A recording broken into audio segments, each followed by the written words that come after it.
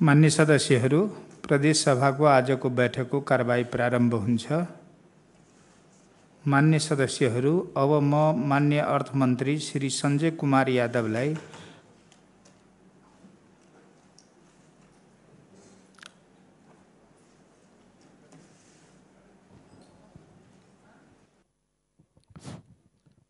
माननीय सभामुख महोदय, हमनी के बजट पर छलफल करता निशान, विकास निर्माण के काम में छलफल करता निशान, लेकिन जन सरोकार वाला विषय में हम देखते हैं 2 दिन से लगातार हमनी छलफल में बानी सन, लेकिन सरकार कार से ये बात के जवाब नहीं किया हो। अभी हमनी के कृषि केंद्रित हमनी के मध्य प्रदेश उमें भी अभी के समय खेती करे वाला समय बा। सभामुख महोदय, हमारा बुझाता प्रदेश माननीय जिलों के सब माननीय जिलों की जानकारी हुई कि प्रदेश सरकार के 8 जिला में मल खाद के हाकार बा। हमनी के प्रदेश सरकार से ऐसा नियमावली बनैले बानी सन जैसे समस्या अपने उत्पन्न भइल बा। हमनी के खद मल खाद वितरण करे के संपूर्ण जिम्मेवारी पालिका में दिले बानी सन। पालिका के प्रमुख लोग मोनोपोली तरीका से मल खाद के वितरण कर रहा बा। यही से जौन जिनविन किसान बा, जौन पार्टी के पीछे नहीं खे, जौन प्रमुख के पीछे नहीं खे, जौन बड़ा देश के पीछे नहीं खे, वैसन किसान लोग के मल खाद से वंचित कर रहा बा। हमने वंचित कर रहा बानी सन। केंद्र सरकार भी कह रहा बा कि मल खाद के व्यवस्था ये साल अभाव ना होई। प्रदेश सरकार भी कह रहा बा कि मल खाद के अभाव ना होई। ओकरा बावजूद भी हमारा बुझाता निरंतर हरेक माननीय लोग के पास में किसान साथी लोग के फोन आवत हुई कि हमरा खाद नहीं के मिल रहा, हम खेती केंगे करी। जब खेती ना होई तो हमनी के अन्न कहाँ से उपजावे सकम? जब अन्न उपजाव ना सकम तो खाली बजट लेके हमनी का करें? रोड से हमनी के पेट भर जाई? खाली रोड निर्माण कैला से, सड़क ढलाई कैला से, नाला निर्माण कैला से मात्र पेट भर जाई तो एक कोनो बात नहीं के ना। तो हम प्रदेश सरकार से हम जल्दी से जल्दी एक जवाब मांगे के चाहता नहीं कि कौन तरीका से, यदि हमनी लगे पर्याप्त मात्रा में मल खाद के व्यवस्था बा तो कौन तरीका से हमने किसान के पास मल खाद के व्यवस्था कर सकता नहीं सन। सहज रूप से किसान के पास कैसे मल खाद के व्यवस्था कर सकता नहीं सन, कैसे पुगा सकता नहीं सन, एक जवाब हमारा प्रदेश सरकार से चाही। ना तो दुर्भाग्य हो सभामुख महोदय, हमनी के अपने में रमा रहल बानी सन। किसान के प्रति हमनी के कोनो चासो नहीं के। किसान लोग खेती केंगे करी ओकरा बारे में हमनी के कोनो चासो नहीं के। हम प्रदेश सरकार से मांग करें कि तुरंत के तुरंत सहज रूप से हमनी के नियमावली से हमनी अवरोध हो रहल बानी सन। किसान के पास सहज रूप से हमनी खाद नहीं किसान पुगावत तो वैसा नियमावली के कोनो जरूरी नहीं है। वैसा नियमावली संशोधन करके सहज रूप से किसान के पास में कैसे खाद मल के व्यवस्था हो सकता, एक मांग करते हुए सरकार से हम जवाब के मांग करता नहीं। धन्यवाद।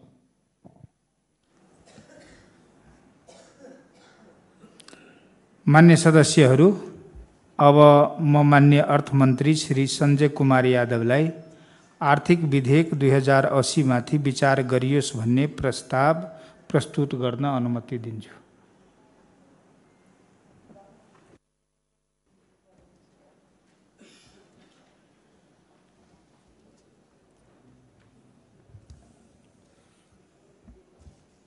माननीय सभामुख महोदय को अनुमतिले प्रदेश सभा कार्य संचालन नियमावली 2075 को नियम 140 को उपनियम 3 बमोजिम आर्थिक विधेयक 2080 माथि विचार गरियोस् भन्ने प्रस्ताव प्रस्तुत गर्दछु। धन्यवाद। मान्य सदस्यहरू, अब आर्थिक विधेयक 2080 माथि विचार गरियोस् भन्ने प्रस्तावमाथि अर्थात् विधेयकमाथिको सामान्य छलफल प्रारम्भ हुन्छ। मान्य सदस्यहरू, यस छलफलमा विधेयकको सैद्धान्तिक पक्षमा मात्र छलफल हुने बेहोरा अनुरोध गर्दछु। उक्त छलफलमा बोल्न चाहनुहुने मान्य सदस्यहरूले आफ्नो नाम सभामुख ड्याससँगै बसेका कर्मचारीहरू मार्फत उपलब्ध गराइदिनु हुन अनुरोध गर्दछु। छलफलमा भाग लिने प्रत्येक मान्य सदस्यलाई 5 मिनटको समय निर्धारण गरेको छु।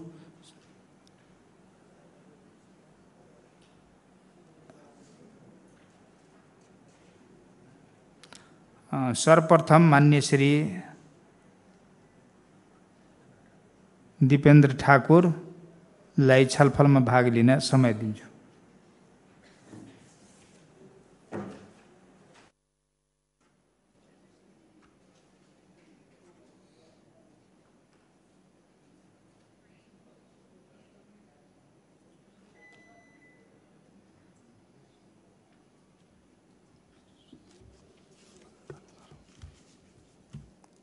माननीय सभामुख महोदय, माननीय सदस्यज्यूहरू, प्यारा प्रदेशवासीहरू, आज हाम्रो यो जुन आर्थिक विधेयक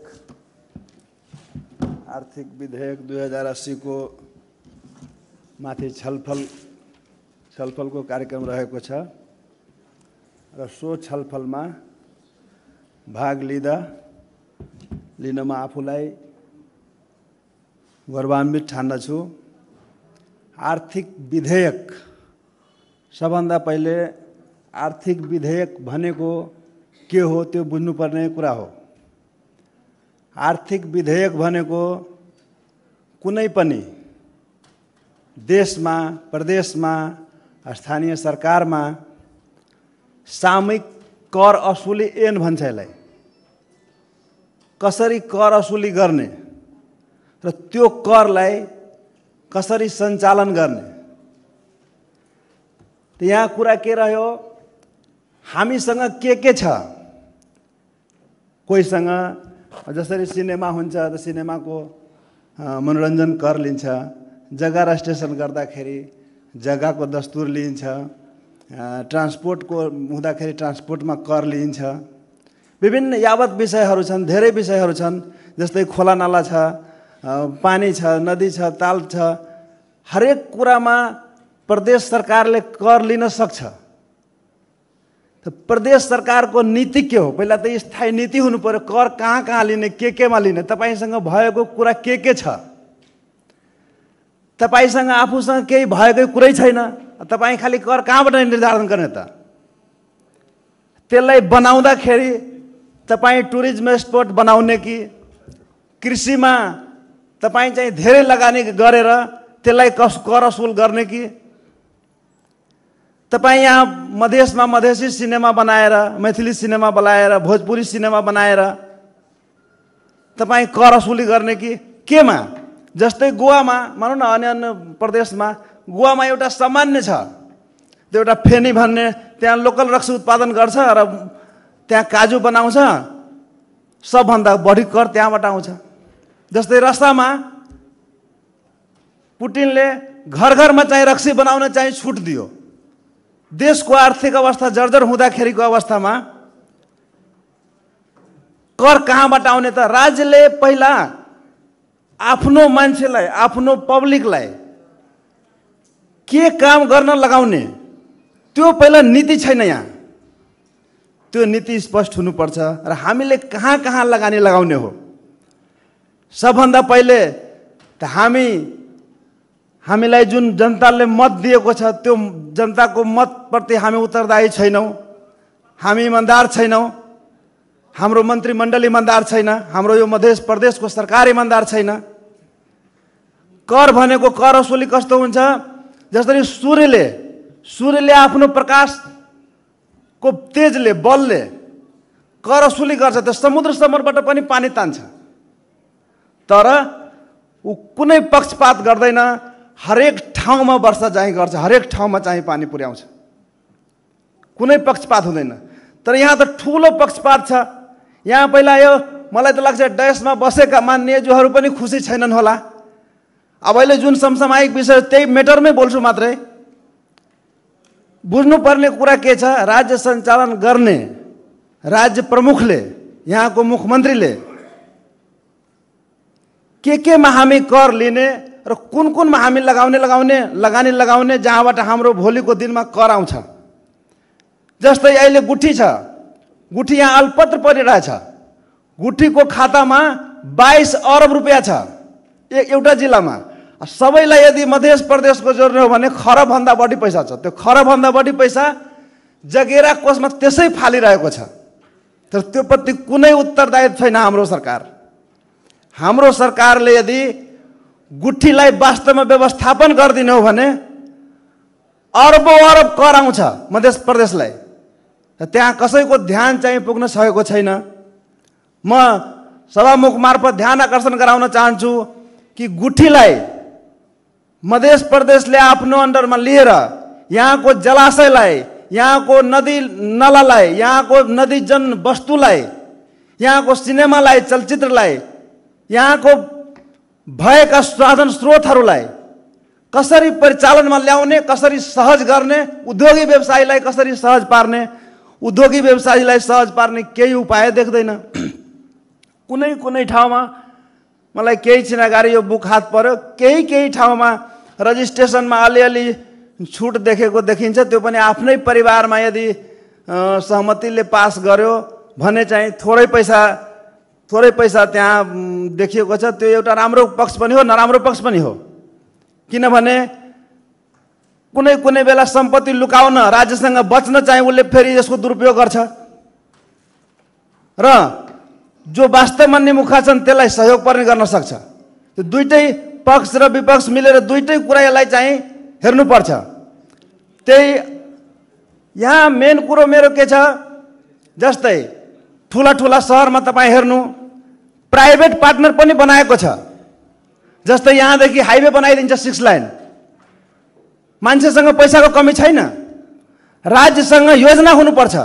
राज्यसँग योजना भयो भने, जस्तै हामी माथि मानौँ न, एउटा सामान्य उदाहरण दिन्छु। अहिलेको परिस्थितिमा एकजना माथि 76,000 76,000 75,000 कति ऋण छ एउटा नागरिक माथि।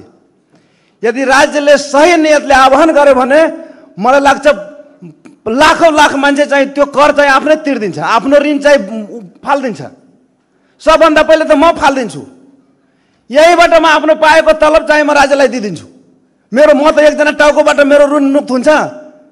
त्यस्तै यहाँ कति गर्ने हुन्छन्। तर नियत, सरकारको नियत सफा हुनुपर्छ, सरकारको नीति सफा हुनुपर्छ। सरकारको नीति र नियत पारदर्शिता भयो भने यहाँ लगानी लगाउने मान्छेको कमी छैन। सामान्य कुनै ठाउँमा तपाईँ इन्डियामा पनि हेर्न सक्नुहुन्छ, चाइनामा पनि हेर्न सक्नुहुन्छ, विदेशमा अति विकसित ठाउँमा पनि हेर्न सक्नुहुन्छ। त्यहाँ प्राइभेट पार्टनरले बाटो बनाउँछ 200 किलोमिटर, त्यसले टुल ट्याक्स लिन्छ। टुल ट्याक्स लिएर राज्यलाई पनि सजिलो भयो, उसले आफ्नो पैसाले लगानी लगाइदियो, कर लिन्छ। त्यो कर लिएर फेरि चाहिँ अर्को बिग्रेको भत्केको रोडलाई चाहिँ मर्मत गर्न सक्छ। मान्य सदस्यज्यू, समय समाप्त भयो, छुट्याउनुहोस्।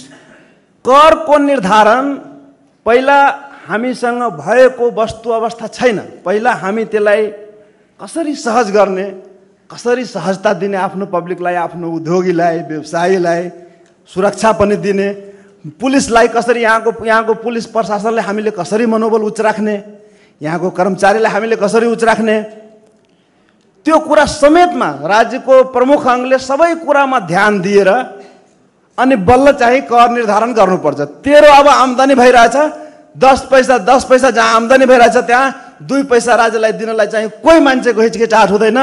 त्यही भएर मेरो समय पनि सकिन लागेछ। म अन्तिममा के आग्रह गर्न चाहन्छु, मैले भनेको विषयहरूमा अथवा फेरि केही यदि कमी छ भने विज्ञहरूको राय परामर्श अनुसार केमा कर लगाउँदा राम्रो हुन्छ भने त्यो कुराहरूको अहिले छलफल चल्दैछ। यो छलफलले यदि पुगेन भने अझै विज्ञहरूको परामर्श लिउँ र त्यो हिसाबले कर लगाउँ।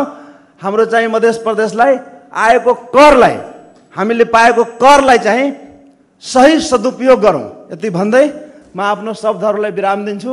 धन्यवाद, अभिवादन, नमस्कार। अब मान्य श्री रामशिष यादव।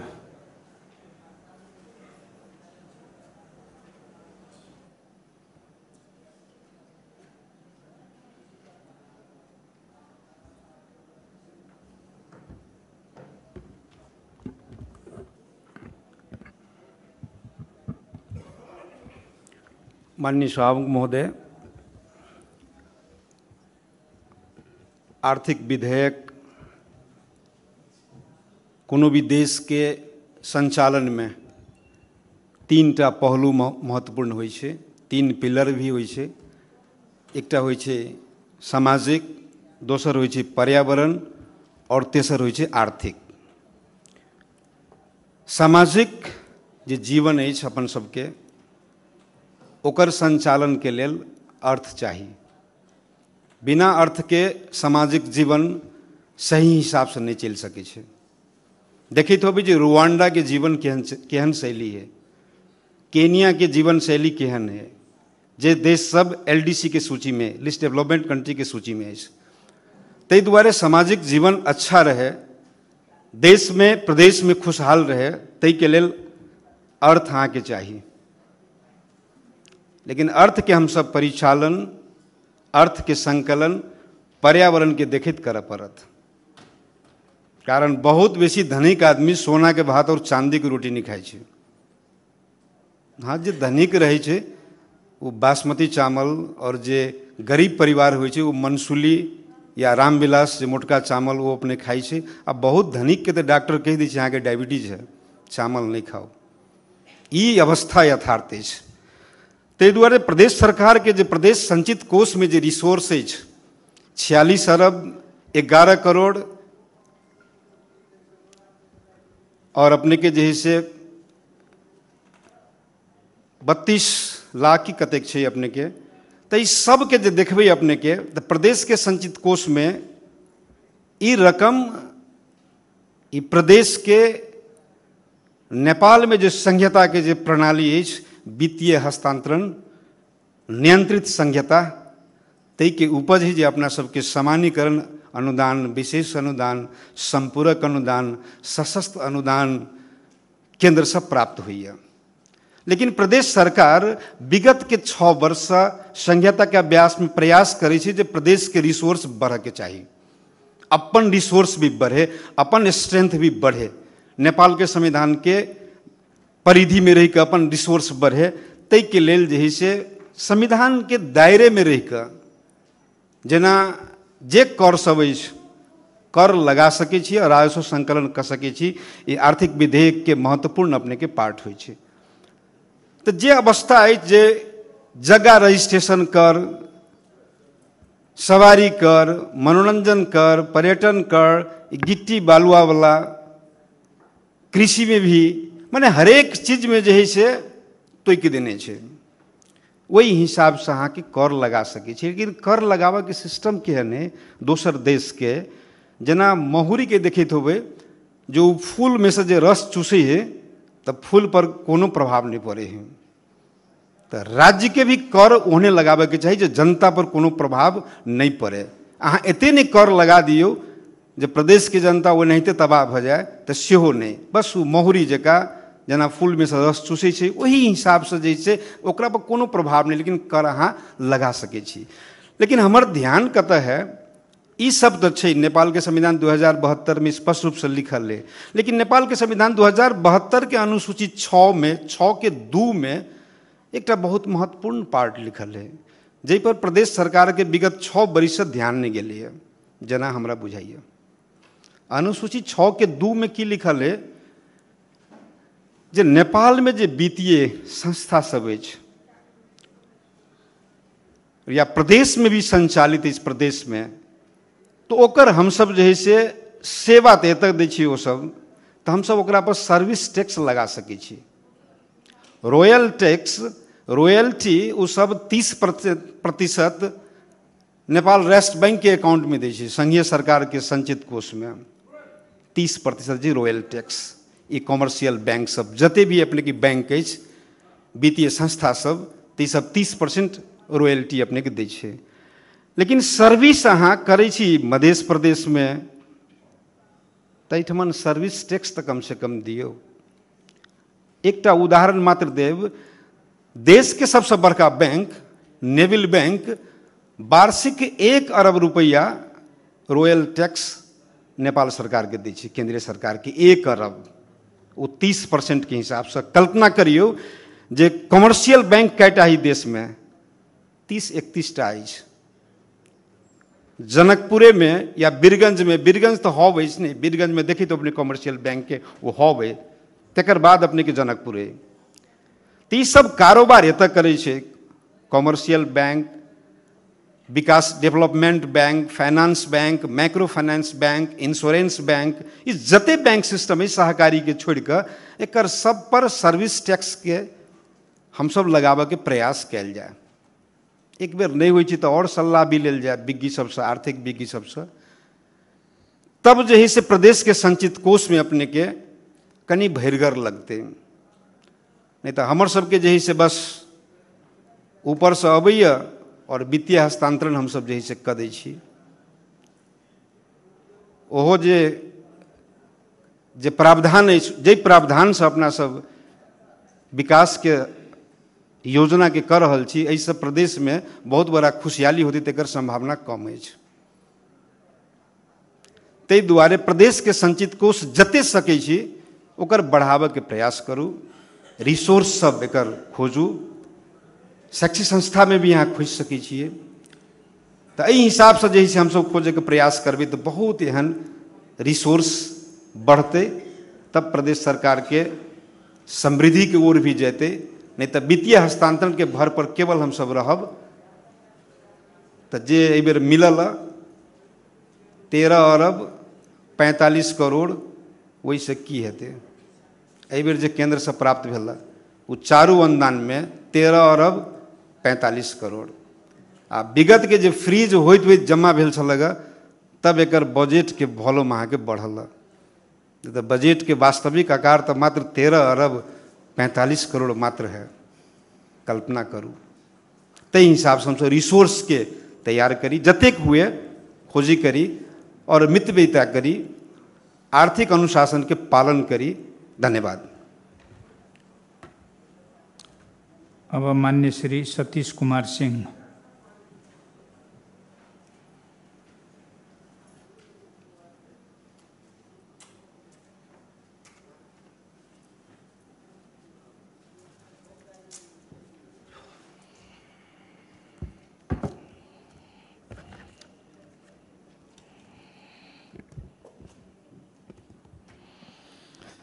धन्यवाद सभामुख महोदय। आइ मध्य प्रदेश के आर्थिक विधेयक पर जे छलफल के विषय छे, खास करके ए देश में कर के दायरा कर लगबे के बाद जहाँ तक आबै छे तो हम तो ये कहबे जे कि जनता के कतेक हम अहाँ सुविधा दे रहल छिए। हमरा अहाँ के सुविधा से कतेक जे छे से इंटरनेशनल प्रैक्टिस देखल जेते तो 50% तक कर लगबै छे, लेकिन ओतऽ स्कूल के टोटली फ्री, हेल्थ के टोटली फ्री, लगभग मैक्सिमम ओकरा सेवा राज्य से पाबै वाला सेवा सुविधा ही एतेक ज़्यादा मिलै छे जे बापत वो 50% तक टैक्स दै छे तब वो पूरा खुशी है छे। लेकिन हम अहाँ एतऽ टैक्स जे भी दे रहल छी, हम अहाँ नेपाल में तो मल्टीपल टैक्स दे रहल छी। कोनो भी चीज हम अहाँ एकटा इनकम टैक्स जे पे करै छिए, ओकर बाद कोनो सामान जे किनै ला जाइ छिए तो ओहिमे वैट, ओहिमे ओकर लगला है इनकम टैक्स, अंतर शुल्क, कोन कोन शुल्क लागे छे। तो मल्टीपल टैक्स तिरे वाला देश में हम अहाँ छिए, लेकिन जनता के सेवा सुविधा मिले वाला में बहुत कम। तथापि हमरा अहाँ के जे राज्य के जे सिस्टम छे उस सिस्टम में हमरा अहाँ के चलैए पड़ते।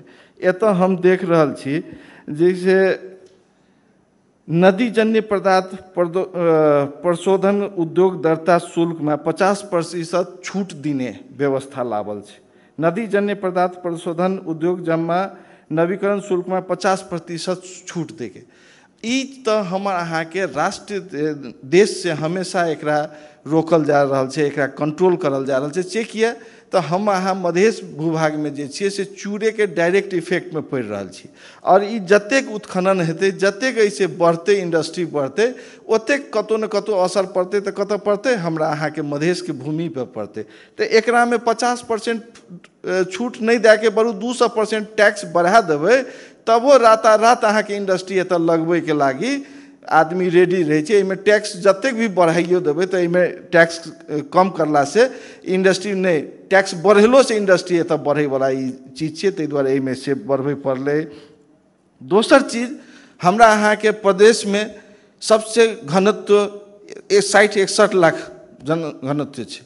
एतऽ अहाँ के शराब ओतबे लोग पिए छै, लेकिन शराब में लागे वाला अंतःशुल्क, शराब में लागे वाला टैक्सेज नेपाल सरकार उठाबै छै।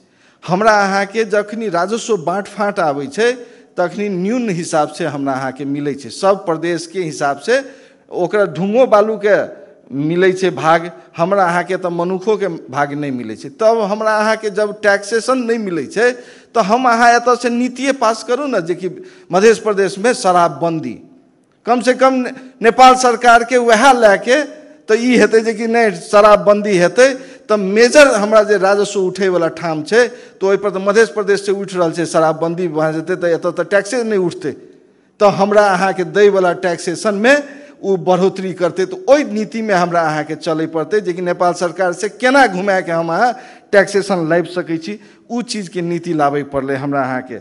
और जेना एतऽ देख रहल छी जरिमाना सबके मान लिअ बहुत सारा देल छै, जे कि निषेधित क्षेत्र में जे स्कैवेटर सब पकड़ेतै ओकरा साथे जे छै की कहै छै एतेक उ जरिमाना वाला पार्ट में हम अहाँ और कनी मनी प्लस कर सकै छी। ओकरा से जरिमाना वाला पार्ट में जखनी हम अहाँ प्लस करबै तो कतौ न कतौ हमर अहाँ के उ जे गलत करे वाला तत्व जे छै से उ धीरे धीरे निरुत्साहित हेतै।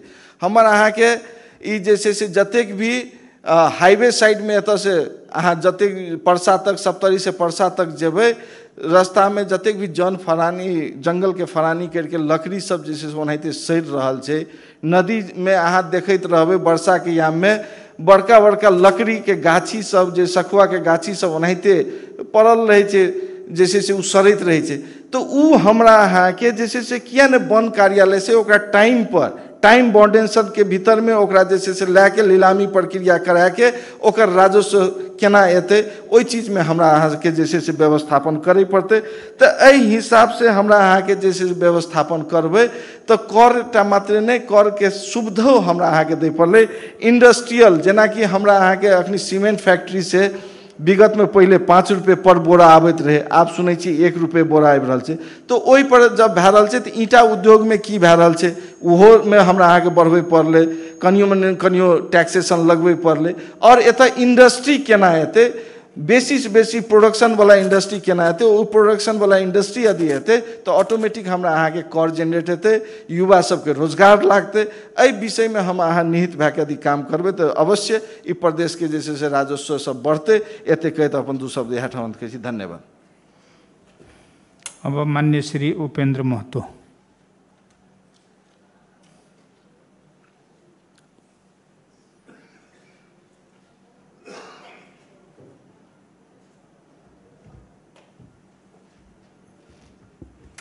माननीय सभामुख महोदय, सबसे पहले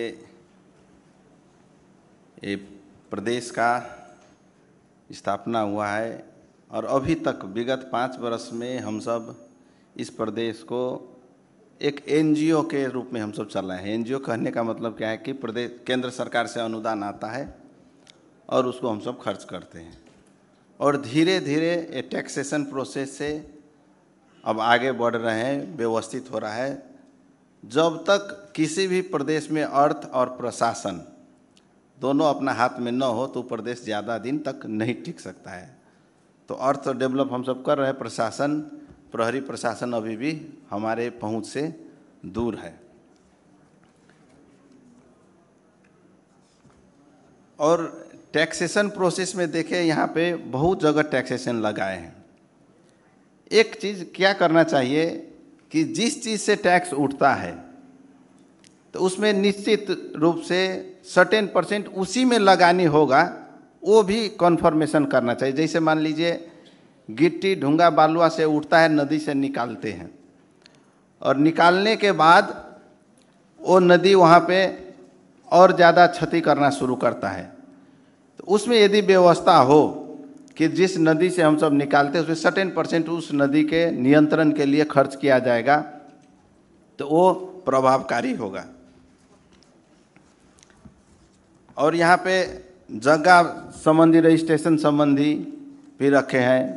बहुत दिन से एक किता काट का समस्या अभी पूर्ण रूप से समाधान नहीं हुआ है, इसलिए प्रदेश सरकार को स्थानीय सरकार और केंद्र सरकार से समन्वय करके इसको भी खोलना चाहिए। इससे टैक्सेशन बढ़ने का अवस्था है। और सहकारी इसमें भी व्यवस्था की है। सहकारी, एक चीज़ और ध्यान देना चाहिए, बहुत सहकारी सब आम जनता का पैसा लेके लापता हो रहे हैं। सिर्फ टैक्स की तरफ ध्यान नहीं दे, वो कैसे नियंत्रण हो, कैसे नहीं भागे। अभी न्यूज़ में देखते हैं अरबों अरब रुपया जनता का लेके बहुत इस सहकारी संस्था सब भाग गया है, तो इसलिए उस पर भी ध्यान देना चाहिए। और अंत में एक कृषि में आय कर है। हमको तो शर्म लगता है कहते हुए भी, जहाँ आप लगानी ही नहीं करते उसे भी कर मांग रहे हैं। कहीं भी स्कूल में आप बच्चा को फी तीरते हैं, स्कूल में तो बच्चा को पढ़ाया जाता है। किसान को न मल देते हैं, न खाद देते हैं, न बीज देते हैं, न सिंचाई का व्यवस्था है। किसान सब पुलिस प्रशासन का लाठी डंडा खा के भारत से हम देखते हैं मल खाद लाते हैं, बीज बीजन लाते हैं, और उसमें से आप कर मांगते हैं। तो कर मांगने से पहले ये सिंचाई का, बीज बीजन का, मल खाद का व्यवस्था का गारंटी कीजिए, इसके बाद ही कर उठाने का व्यवस्था करें। धन्यवाद।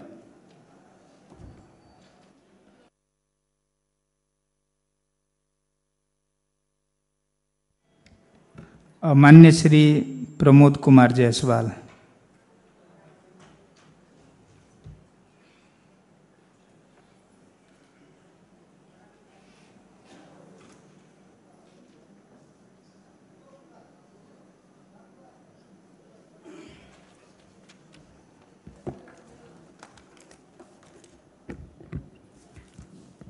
माननीय सभामुख महोदय, सर्वप्रथम मध्य प्रदेश सरकारलाई आर्थिक विधेयक 2080 मा धेरै कुरा समेट्नु भएको छ, त्यसको लागि धन्यवाद दिन चाहन्छु। तर धन्यवाद दिइराख्दाखेरि जति हामी राजस्व उठाउनमा, जति कर उठाउनमा ध्यान केन्द्रित गर्न गइरहेका छौँ, नागरिकले पाउने सुविधा, किसानले किन कर तिर्ने भन्ने किसिमको जवाब किसान आफैले दिन सक्ने किसिमको वातावरण सिर्जना गर्नेतर्फ हामी जुन रूपमा ध्यान दिनुपर्ने हो, अहिलेको यो आर्थिक विधेयकले त्यो कुराहरू समेटेको देखिँदैन। जग्गा रजिस्ट्रेसनको कुरामा रजिस्ट्रेसन पास गर्दाखेरि उठ्ने राजस्वमा 60-40 स्थानीय के अरे करको बाँडफाँड गरिएको छ, तर पनि त्यो सिफारिसको नाममा स्थानीय तहले धेरै ठुलो रकम उठाइरहेको स्थिति छ। त्यतातिर पनि ध्यान जानु जरुरी छ। आज बिहान मात्रै एउटा फोन आयो, एउटा खेतको जग्गा श्मशान घाट जाने बाटो जो 20-50 वर्षमा त्यतातिर कहिले पनि घर बन्ने स्थिति छैन, सरिएको जग्गा, त्यहाँको लागि सिफारिस जग्गा पास गर्न सिफारिस माग्न जाँदाखेरि 500 रुपियाँ ससिम किताको किताकाट गर्नुपर्ने भएमा 1000 रुपियाँको दस्तुर स्थानीय तहले पनि लिन्छ। हामीले के गर्नु पर्यो भने समस्या परेर मान्छेहरूले जग्गा बेच्ने स्थितिमा पुग्छन्, विशेष गरी गाउँका मान्छेहरू। त्यहाँ पैसा तिरेर एउटा सिफारिस लिएर आएको मान्छे फेरि यतातिर आएर डबल मारमा परिरहेको स्थिति छ। त्यतातिर हामीले ध्यान दिनु जरुरी छ। कर किन तिर्ने भन्ने कुरा अघि फुलमा बस्ने माहुरीको कुरा गर्नुभएको छ, त्यो कुरालाई ध्यान दिनु हामीले जरुरी छ भन्ने अनुरोध गर्न चाहन्छु। सवारी साधन कर राज्य सञ्चालनको लागि राजस्वको महत्त्व छ, त्यो कुरा हामी सबैले बुझ्नुपर्छ, हामी बुझेका छौँ। तर पनि मोटरसाइकल र ट्र्याक्टरलाई पनि हामी अरू कार जीप जस्तै विलासिताको सामानको हिसाबले अब चाहिँ यो सरकारले त्यो कुरा बुझ्नु पर्दैन, त्यो अलिकति बुझाइ परिवर्तन गर्नु जरुरी छ। मोटरसाइकलमा तरकारी बिक्री हुन्छ, मोटरसाइकलमा दुध बिक्री हुन्छ, त्यो भएर किसानले पनि मोटरसाइकलको प्रयोग गरिरहेको स्थिति छ। ट्र्याक्टर ट्र्याक्टर अपवाद बाहेक खेती कार्यमा प्रयोग हुने स्थिति छ। त्यो भएर यसलाई धेरै त्यो शुल्क लिने, राजस्व उठाउने, सवारी साधनको कर उठाउने लिस्टबाट हटाइयोस् भन्ने किसिमको माग गर्न चाहन्छु म यो सरकारसँग। अर्को कुरा, हाम्रो छिमेकी मुलुक भारतमा 10 वर्ष 20 वर्षको लागि एकैचोटि कर, सवारी साधनको कर बुझाउने जुन चलन छ, त्यसलाई हामीले आत्मसात गर्यौँ भने तपाईले फेरि गएर अहिलेसम्म दर्ता नगरेकोलाई छुट दिने जुन प्रावधान ल्याइराख्नु भएको छ त्यो ल्याउनै पर्दैन। कम पैसामा 10 वर्षको लागि, 15 वर्षको लागि सवारी साधन नवीकरण गर्ने किसिमको परिपाटीको विकास प्रदेश सरकारले गर्यो भने मैले हरेक वर्ष धेरै बुझाउनुभन्दा एकैचोटि त्यति बुझाउँदाखेरि मलाई फाइदा हुन्छ भन्ने किसिमको अनुभूति हुन्छ।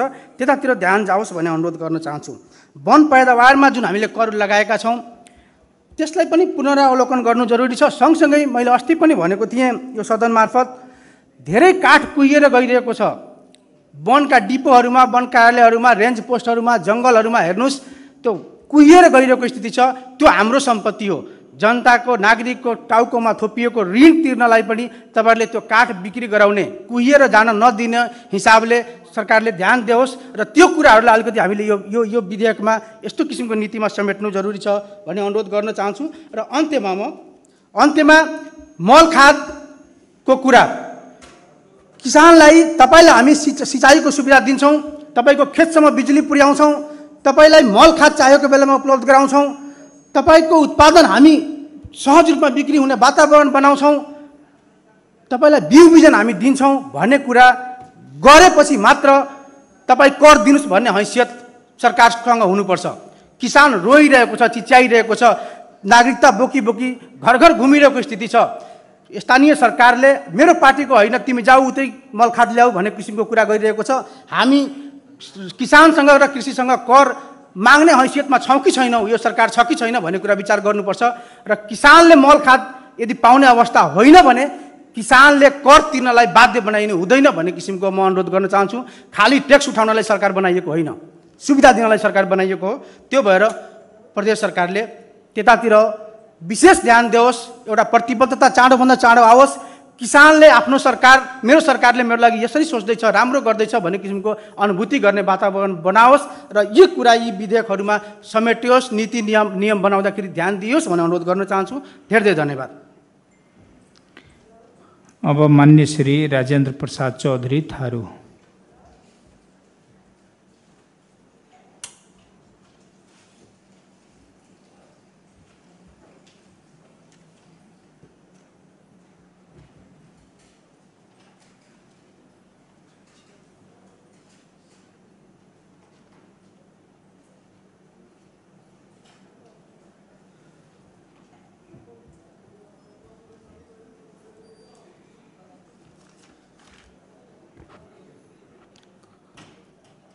माननीय सभामुखज्यू,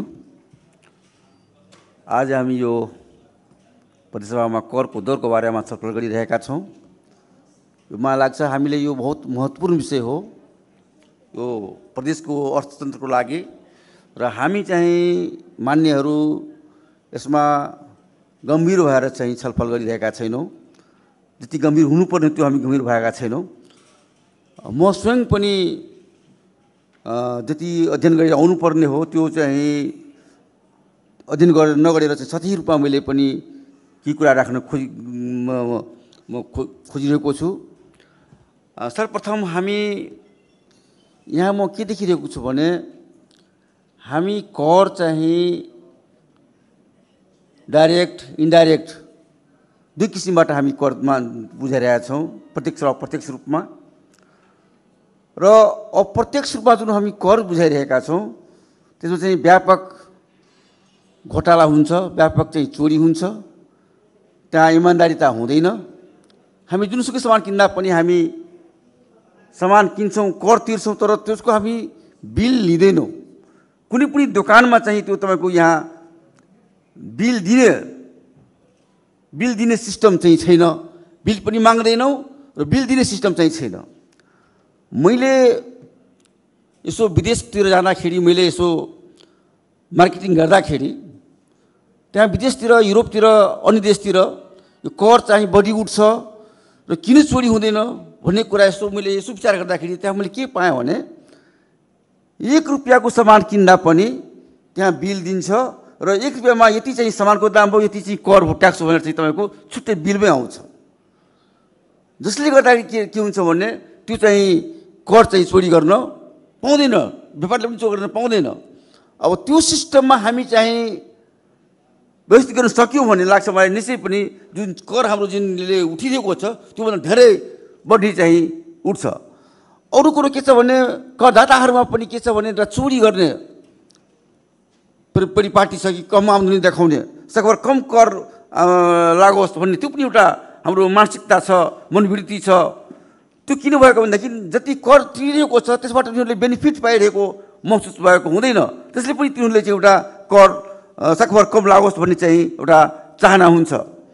र मैले अहिले हाम्रो अहिले मान्यजीले जुन भन्नुभयो कि मैले पनि पहिलेदेखि लागिरहेको थियो कि मोटरसाइकल एउटा चाहिँ वास्तवमा अहिलेको लागि विलासिता होइन, आवश्यकताको साधनको रूपमा प्रयोग भइरहेको छ, आवश्यक पनि छ। त्यसले गर्दाखेरि जुन यसको जुन करको दायरा छ त्यो चाहिँ त्यसमा चाहिँ विचार गरियोस्, कम गरियोस्।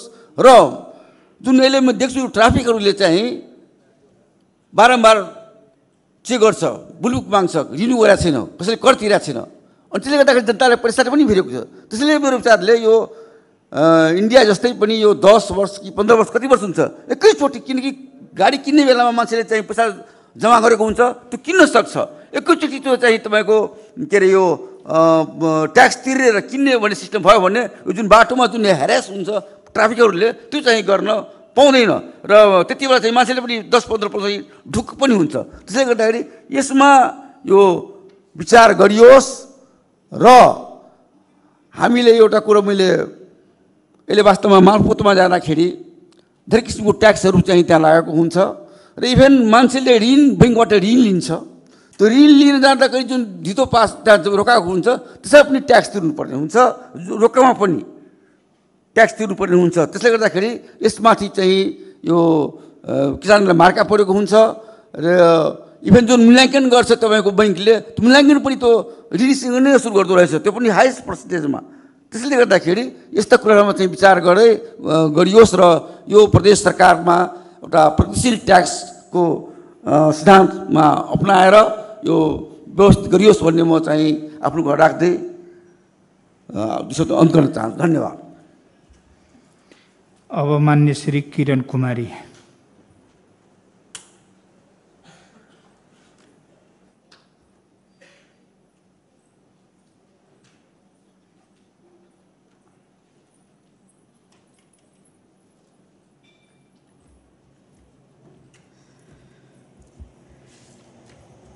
माननीय सभामुख महोदय, आज हामी आर्थिक विधेयकको छलफलमा छौँ। आर्थिक विधेयकमा अहिले प्रदेश सरकार जुन हाम्रो प्रदेश सरकारको आन्तरिक आम्दानी, व्यय र खर्च छ त्यसमा तालमेलै छैन। माननीय सभामुख महोदय, म भन्न चाहन्छु कि प्रदेश सरकारको जुन अहिले हाम्रो रकम केन्द्रबाट जुन सौतेला व्यवहार गरेको छ त्यो त सचमा एउटा न्यायसङ्गत छैन।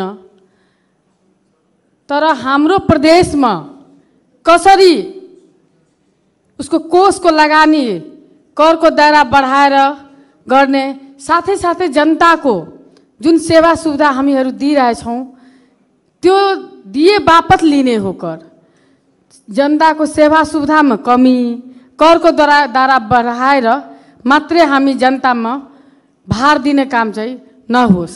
प्रदेश सरकारबाट अहिले जुन हाम्रो नयाँ संरचना छ संहिताको, सबैको खास गरी मधेसमा, पुरै देशभरिमा ध्यान छ कि मधेसमा के कहाँ कसरी बढिरहेछ, के क्रियाकलाप भइरहेछ। प्रदेश सरकारको जुन अहिले उसको लोकप्रियता छ त्यसको बढाउनमा जुन हाम्रो भूमिका छ त्यो कहीँ न कहीँ कमी कमजोरी भइरहेछ। यसभन्दाको अगाडिको जुन सरकारले नाम सारी गर्दाखेरि हाम्रो आन्तरिक स्रोत के हुन्छ? मालपोत कार्यालयबाट। अनि नामसारी गर्दाखेरि 1% चाहिँ तिर्नुपर्ने रे। मैले मालपोतमा जाँदा हेरेको छु, हरेक जति पनि जग्गा धनीहरूको चाहे प्रदेश सरकारप्रति वितृष्णा बढ्यो। यो प्रदेश सरकार आएपछि हामी कति राजालाई पाल्ने? यो हाम्रोबाट कर तिरेर चाहिँ यो प्रदेश सरकार चल्ने भन्नाले आम किसानहरूको चाहिँ यो अनुभूति प्रदेश सरकारबाट चाहिँ राहतको अनुभूति हुनुपर्ने त्यति बेला भएन। म चाहन्छु, विनम्र अनुरोध गर्न चाहन्छु, यो नामसारीको जुन कर छ त्यो हटाइयोस्। साथै साथै महिला सशक्तिकरण गर्नेमा हामी चाहिँ जहिले पनि कुरा गर्छौँ, तर व्यवहारिकमा गर्दाखेरि पछाडि हट्छौँ। चाहे जुन शीर्षकमा काम गर्दाखेरि हामी चाहिँ विभेदमा परेको हुन्छौँ। म चाहन्छु, विनम्र अनुरोध गर्न चाहन्छु कि अबको दिनमा यो आर्थिक साल 2080बाट जब कुनै पनि जग्गा र जबसम्म महिलाको अंश वंशमा अनि धनमा जबसम्म उसको चाहिँ स्वामित्व हुँदैन तबसम्म हामी जति महिला सशक्तिकरणको कुरा गरे पनि कुनै काम चाहिँ प्रभावकारिता लिँदैन। त्यसैले म विनम्र अनुरोध गर्न चाहन्छु कि अबको दिनमा कुनै पनि रजिस्ट्रेसन गर्दाखेरि महिलामाथि जग्गाको त्यसमा चाहिँ 50% चाहिँ उसलाई छुट गऱ्यो भने मलाई लाग्छ कि आउने डाटामा जग्गा रजिस्ट्रेसन पनि बढ्छ। अनि साथै साथै राजस्व पनि हाम्रो कुनै न कुनै हिसाबले देखिन्छ कम, तर आर्थिक क्रियाकलाप बढेपछि हाम्रो राजस्व पनि बढ्ने जान्छ। म चाहन्छु कि यहाँदेखि केन्द्र सरकारले पनि विनम्र अनुरोध गर्न चाहन्छु कि हाम्रो प्रदेश सरकार सब स्थानीयमा चाहिँ 3 तहको सरकार, न्यायपालिका छ, कार्यपालिका छ, व्यवस्थापिका छ। प्रदेश सरकारमा मात्र व्यवस्थापिका र कार्यपालिका छ, न्यायपालिका छँदै छैन। अहिले म भन्न चाहन्छु, भ्रष्टाचारी मुद्दा होस् चाहे कुनै पनि फौजदारी कसुर होस् या कुनै पनि क्रियाकलापमा जुन अहिले बिगो फाइन हाम्रो यही मध्य प्रदेशभित्र जति पनि अदालतमा अहिले आइरहेछ त्यो सबै केन्द्रमा जान्छ। यो के हामी मध्य प्रदेश सरकार कसरी यसलाई यहाँको अदालतबाट आउने शुल्कहरूमा पनि हामी कसरी लिन सक्छौँ, त्यसमा चाहिँ समन्वय होस् केन्द्र सरकारसँग। साथै साथै म भन्न चाहन्छु अन्तमा कि अब ट्राफिक रुल, आर्थिक सुशासन सहित ट्राफिक रुलमा पनि चाहिँ एउटा नियन्त्रण होस्। अहिले मोटरसाइकलमा जाँदाखेरि 2 जना 3 जना गएर एक्सिडेन्ट गर्छ, त्यसमा फाइन काटोस् न हाम्रो प्रदेश सरकारभित्रको क्रियाकलापमा, त्यसमा पनि एउटा अनुशासन पनि बढ्छ। साथै साथै जुन अहिले गाडीको छ, गाडीको कर तिरेको छैन। अहिले म बाटोमा आउँदाखेरि 10वटा मोटरसाइकलले यति भ्याए एकदम साउन्ड पल्युसन गर्दै यति धुवा गर्दै म आफै गुरुजीलाई सोधेँ के गनाइरहेछ त यो मोटरसाइकल अगाडि गयो त्यो गनाइरहेछ। बाबा अहिले हाम्रो वातावरण, हाम्रो स्वच्छ वातावरण पाउने हाम्रो संविधानको मौलिक अधिकार छ, तर हामी स्वच्छ वातावरण बाँच्न पाएको छौँ छैन, सम्मानपूर्ण बाँच्न पाएको छौँ छैन। त्यसमा चाहिँ मध्य प्रदेशभित्र अहिले जति पुरानो 10 साल अगाडिको जो मोटरसाइकलहरू छ जसरी पनि विदाउट एनी चाहिँ उसलाई सर्भिसिङ गरेर चलाइरहेछ, सबै जनतालाई, आम जनताहरू प्रभावित भइरहेछ, स्वास्थ्यमा पनि उसको प्रतिकूल असर पर्छ। म चाहन्छु यसमा चाहिँ फाइन काटोस्। साथै साथै रेन्यू टाइममा नगरेको भने त्यसमा चाहिँ जुन फाइन आइरहेछ त्यसमा हाम्रो चाहिँ प्रदेश सरकारको हिस्सेदारी आउनुपर्छ। साथै साथै आगामी दिनमा जुन किसानको मल बिउ र सिँचाइको उचित व्यवस्थापन गरेर मात्रै चाहिँ किसान त्यो उसको चाहिँ मलमा होस् चाहे सिँचाइको उसमा जो कर लगाइन्छ त्यसमा होस्। अनि अन्तमा के भन्न चाहन्छु भने यो प्रदेश सरकार आफ्नै हो, यो कोषको सदुपयोग होस्, आर्थिक सुशासन अहिले मान्यज्यूहरू सबै काम गर्नुभएको छ, तर मलाई लाग्दैन कुनै पनि प्राविधिकले चाहिँ 10% 15% मागेन होला। यो आर्थिक सुशासन कहिले हुन्छ? म यहीबाट भन्न चाहन्छु, नाम पनि चाहिएको बेलामा म प्रदेश सरकारलाई दिन चाहन्छु। इन्जिनियरले, प्राविधिकले यो मलाई त 10% 15% जबसम्म छुट्दैन तबसम्म म चाहिँ यो भुक्तानी दिन्न। जहाँ 42 लाखको रकम चाहिँ या 35 लाख चाहिँ भुक्तानी गर्नमा उनले घटाएको छ, काम भए तापनि यो मिलेन त्यो मिलेन, उसले 2-4 लाख खुवायो भने सबै कुरा मिल्ने? यो कहिले नियन्त्रण हुने? म चाहन्छु यहाँबाट आर्थिक सुशासनमा चाहिँ एकदम चाहिँ अहिलेदेखि आगामी सालमादेखि चाहिँ जबसम्म यो नीति ल्याउँदैन आर्थिक सुशासनको तबसम्म मध्य प्रदेश सरकारको औचित्यता पुष्टि हामी गर्न सक्दैन। संहिता चाहिँ जुन एउटा कार्यान्वयनको दिशामा हामी बढेको छौँ त्यसमा पनि असर पर्न जान्छ। म अन्तमा के भन्न चाहन्छु भने सबभन्दा पहिले भ्रष्टाचारको चाहिँ नियन्त्रण होस् अनि सबैको सम्पत्ति सुदृढीकरण, साथै साथै यो हाम्रो प्रदेशभित्र बस्ने कर्मचारीहरू, चाहे डी हो चाहे इन्जिनियर होस्, चाहे एउटा पनि कर्मचारी हो, उसको चाहिँ सम्पत्तिका चाहिँ सबै विवरण चाहिँ उसका अनलाइन देख्नु पर्यो।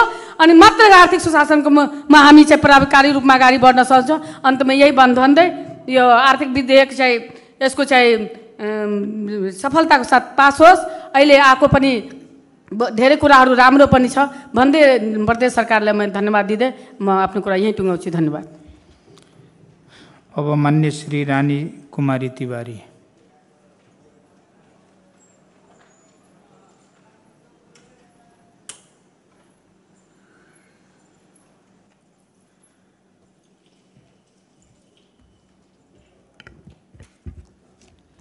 धन्यवाद सभामुख महोदय। आज हामी मध्य प्रदेशको आर्थिक विधेयक 2080 मा छलफल गर्दैछौँ। तर त्योभन्दा अगाडि म के भन्न चाहन्छु भने कर उठाउने नाममै सोझा साझा गरिब जो नभई नहुने चिजहरूमा कर लगाएर हामी कर उसुल्ने काम मात्रै नगरौँ। जसरी अहिले केन्द्रमा आलु प्याजमा कर लगाइयो। आलु प्याज भनेको अहिले हुने खानेले खाँदैनन् किनकि आधीभन्दा बढी डायबिटिज छन्। आलु त के खान्छ र?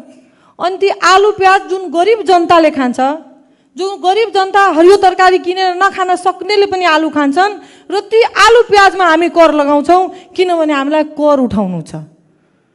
तर कर उठाउनको लागि हामीले आफ्नो स्रोत खोज्नको लागि गरिब जनतालाई दुःख दिने स्रोतहरू नखोजौँ किनकि यो हाम्रो लागि दुःखदायी हो। जति हामीले मनोरञ्जन कर उठाउँ, अन्य सवारी साधनहरू कर उठाउँ के भने यो हाम्रो विलासीको कुराहरू हो। हामीले सदुपयोग गरे पनि हुन्छ नगरे पनि हुन्छ, ती चिजहरूमा कर उठाउँ। तर यस्ता यस्ता सानसाना कुराहरूमा कर लगाइदिएर ती गरिब जनताहरूलाई मार्ने कामहरू चाहिँ नगरौँ। त्यसका साथसाथै मैले 2-4वटा बुदामा नोट गरेको छु र त्यो म भन्न चाहन्छु यहाँ। जसरी यहाँ सवारी साधनमा विभिन्न किसिमको वार्डहरू तोकिएर राखेको छ र म अझ यहाँ अनुरोध के गर्न चाहन्छु भने 125 सीसी बाइकमा हामीले कर छुट दिँदा पनि हुन्छ। किनभने 125 सीसीका बाइक अब ती बाध्यताले मात्रै चढ्ने मान्छे छन्, होइन भने रहरले चढ्ने मान्छे छैनन्। रहरले चढ्ने अब अपाची चढ्छन्, पल्सर चढ्छन्, बुलेट चढ्छन्। 125 का बाइक चढ्दैनन्। ऊ जो चढ्छ ऊ बाध्यतामा चढ्छ र उसले आवश्यकताको हिसाबले चढेको हो। त्यसले गर्दा बरु सकिन्छ भने यस्तोमा छुट दिउँ। त्यसपछि मैले एउटा 9 नम्बर बुदामा पढेको छु, अपाङ्गता भएको व्यक्ति, दलित, पिछडिएका जाति, पुरै मैले पढिनँ। यसमा 25% छुट भनिएको छ जग्गा नामसारीमा र त्यसैको तल 10 नम्बरमा छ महिलाहरूको लागि पनि र त्यसको तल छ तल तर एकल महिलाको हकमा भने 35% छुट। म के भन्न चाहन्छु भने एकल महिलालाई जसरी दिएको छ अपाङ्गलाई कमसेकम 35 दिउँ किनकि एकल महिला भन्दा अपाङ्ग कमजोर नहुने होइन। मलाई लाग्छ ती अपाङ्ग भनेको अझ सबैभन्दा कमजोर र पीडामा पसेको व्यक्ति हो र त्यसको लागि हामीले 35 दिँदा बेस हुन्छ किनकि एकल महिला भन्दा पीडित भनेको उहाँ बढी हो। त्यसपछि मैले एउटा 4 नम्बर बुदामा पढे सामूहिक खेतीको योजनामा जुन हामीले कर लगाएको छौँ त्यसमा 50% छुट भनेको छौँ। तर अब हाम्रो आवश्यकता भनेको सामूहिक खेती हो। यो हाम्रो आवश्यकता भइसकेको र यसलाई प्रोत्साहन गर्नको लागि हामी सक्छौँ भने केही दिनको लागि केही समय अवधि तोकेर त्यति दिनको लागि बरु पूर्ण छुट दिउँ किनकि जबसम्म अब सामूहिक खेतीमा जाँदैनन् वास्तवमा कृषिको अगाडि बढाउन हामी सक्दैनौँ। टुक्रा टुक्रा कट्ठा कट्ठामा धुर धुरमा खेती गरेर त्यो व्यावसायिक खेतीमा हामी जान पनि सक्दैनौँ र जबसम्म व्यावसायिक खेतीमा जाँदैनौँ कृषिलाई हामी अगाडि बढाउन सक्ने अवस्था अब रहेको छैन। त्यसले गर्दाखेरि मलाई लाग्छ केही अवधिको लागि यो पूर्ण छुट दिएर र यो चक्लाबन्दी जुन सामूहिक खेती छ यसलाई प्रोत्साहन गर्ने काम गरौँ भन्ने मेरो अनुरोध हो। त्यसपछि मध्य प्रदेश सरकारले चाहेको धार्मिक तथा सार्वजनिक हितका निमित्त स्थापित मध्य प्रदेशमा कार्यालय सञ्चालन गर्ने गरी दर्ता भएका सङ्घ संस्था वा निकायले आफ्नो नाममा निःशुल्क रूपमा प्राप्त गर्ने जग्गाको लिखित पारित गर्दा 50% को रजिस्ट्रेसन दस्तुर छुट दिन सक्ने भनेर लेखिएको छ। यो सक्ने नलेखौँ। सक्ने भनेको के भने आफ्नो हिसाबले हामीले व्याख्या गर्छौँ। जसको पहुँच पुग्छ उसको लागि हुने हुन्छ, नपहुँच पुगेको लागि हुँदैन। त्यसले गर्दाखेरि यस्तो दोहोरो शब्द लाग्ने व्याख्या शब्दहरू हामी नराखौँ, किनकि दोहोरोको फाइदा उठाउने भनेको ठुला सानाले हो, सानाले होइन, गरिबले हो र जसको पहुँच हुँदैन ती पहुँच नभएका व्यक्तिले नै त्यस्तो दोहोरो शब्दको व्याख्याहरूको फाइदा उठाउनुहुन्छ। यस्ता फाइदा दिने शब्दहरू हामी नराखौँ, दिने नै भनौँ, दोहोरो भूमिकामा शब्द नराखौँ। अनि अर्को यहाँ सवारी साधन दर्ता र नवीकरण गर्ने सम्बन्धमा कर छुट व्यवस्था गर्नुपर्ने भनिएको छ। यसमा म फेरि पुनः एकचोटि भन्छु, मैले एकचोटि पहिला पनि यो विषय उठाएको थिएँ कि अहिले पनि हाम्रो प्रदेशमा यस्तो धेरै सवारी साधन छ जसले कर नतिरिकन बाटोमा चलिरहेको छ र उसले कर तिर्न पनि सकिरहेको छैन। केही दिनको लागि सकिन्छ भने केही छुटको व्यवस्था गरेर हाम्रो प्रदेशमा यस्तो कर उठायो भने एकदम मलाई लाग्छ राम्रै कर उठ्ने अवस्था हुनसक्छ। किनभने मान्छेले अलिकति सुविधा पायो भने त्यो भएको पैसा पनि हामी तिर्न जाने मुडमा जान्छौँ र यसले गर्दा मलाई लाग्छ केही छुटको व्यवस्था गरेर तत्काल कर उठाउने काम हामी गर्न सक्छौँ। यो भनेको के भने एउटा आकर्षण तिर्ने मुडमा मान्छेलाई अलिकति प्रलोभित गर्ने काम पनि यसले गर्छ र यो काम हामी गरौँ भन्ने म अनुरोध गर्दै, अन्य जहिले पनि हामीले कर कट्टा गर्दै या कर उठाउने काम गर्दाखेरि त्यो गरिबलाई चाहिँ ध्यानमै राखेर कर लागू गर्नुपर्छ। अहिले जस्तो किता काठको कुरा उठिरहेछ, किता काठ रोकेर पनि हाम्रो कर त वास्तवमा रोकेकै हो। त्यो किता काठलाई अहिले पनि उल्झ्याएर राखिएको छ, भन्न चाहिँ केन्द्रले घरि खोलिसकेको भनेको छ, तर स्थानीय निकायहरूले अझै पनि अल्झिराखेको अवस्थामा छ, स्थानीय निकायहरूले गरिरहेकै छैन। अनि यस्तो कामहरू जबसम्म हामीले सुचारू गर्नलाई आफ्नो भूमिका निर्वाह गर्दैनौँ, यो छोडिदिने कामहरू गऱ्यौँ भने यसले अझ बढी ढिलो हुने र समयमा काम नहुँदाखेरि आखिरमा पीडा पनि भइरहेको छ व्यक्तिहरूलाई। कति धेरै यस्ता समस्याहरू छ कि जग्गा किता काठ रोक्दाखेरि अहिले आफ्नो अंशबन्डा गरेकाहरूलाई पनि कुनै आवश्यकता छ भने बेच्न नसक्ने, बच्चालाई पढाउन नसक्ने, बिहाबारीमा खर्च गर्न गाह्रो भइसकेको अवस्थाहरू छ। यसमा पनि हामीले पहल गरौँ, बरु स्थानीय निकायहरूसँग पनि समन्वय गर्ने भूमिका प्रदेश सरकारको हुनसक्छ, यसमा पहल गरौँ भन्दै मैले आफ्नो शब्दलाई विराम दिएँ। धन्यवाद। अब मान्य श्री चन्दन कुमार सिंह।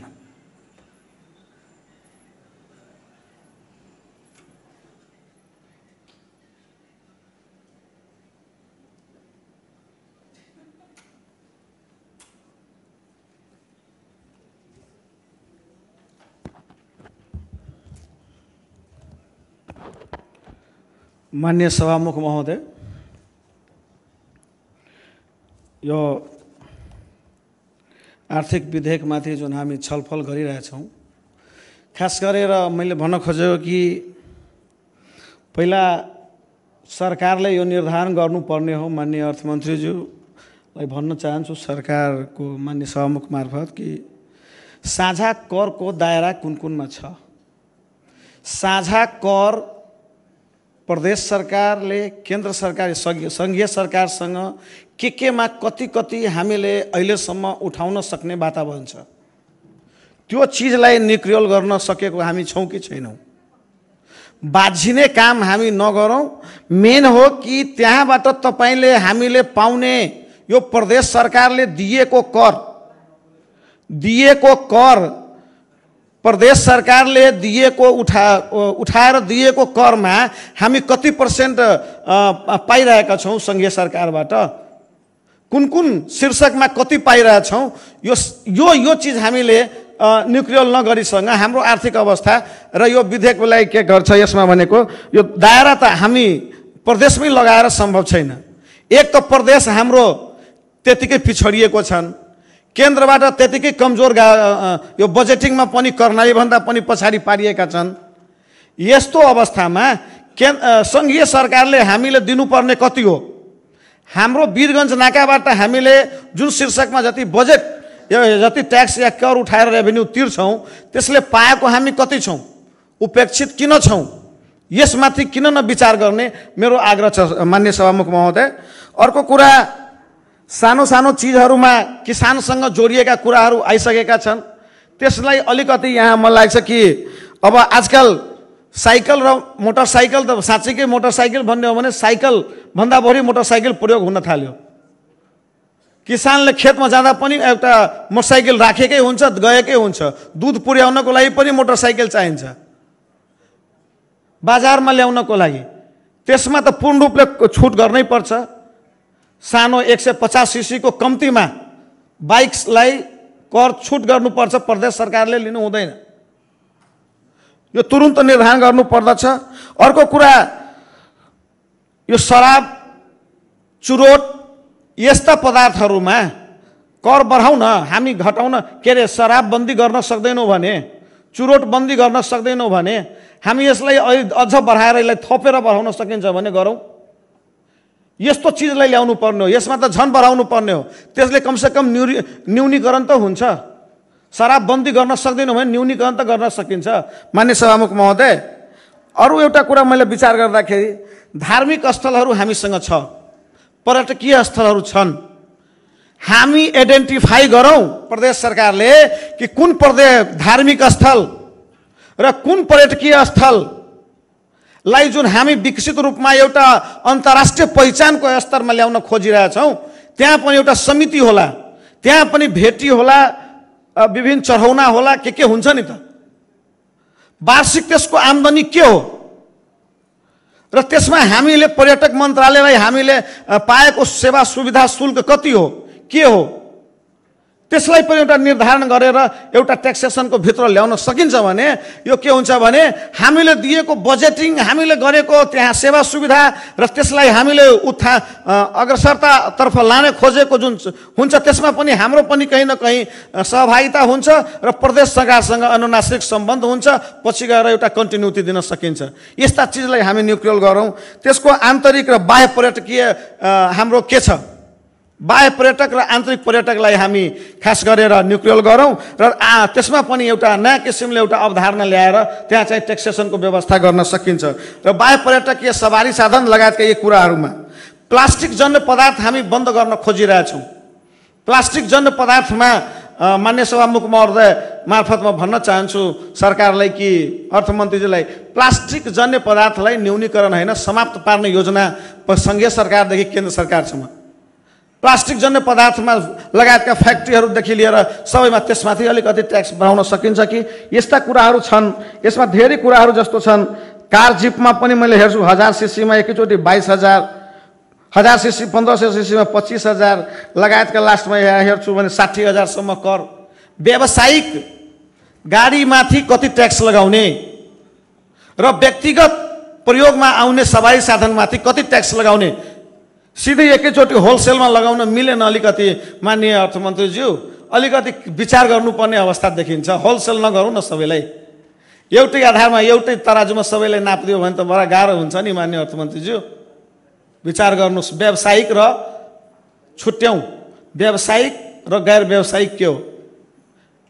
अब गाडी चढ्न नदिने भने किन हामीले रोडमा यति पैसा लगानी गर्छौँ? भौतिक मन्त्रीजीले रोडमा लगानी गर्नुहुन्छ, गाडी चढ्न नदिने 1 लाख रुपियाँ ट्याक्सै लिदिने, कसरी हुन्छ? अर्थमन्त्रीजी गाडी नचढ त रोड बनाएको के काम? भौतिक योजना मन्त्रीजी फेरि रिसाउनुहुन्छ। यो सारा कुराहरूलाई हामीले विचार गरौँ र यसमा चाहिँ यो मूल रूपले यो मैले हेरेँ। अर्को कुरा मैले भन्न खोजेँ, यातायात सम्बन्धी 15 लाखभन्दा बढीको कमको लागि यो पनि दस्तुर यसलाई लाग्छ कि फारम ढुवानी यात्रा जुन छ यसमा पनि अलिकति कम छ। मैले त्यही व्यावसायिक भन्न खोजेको हो।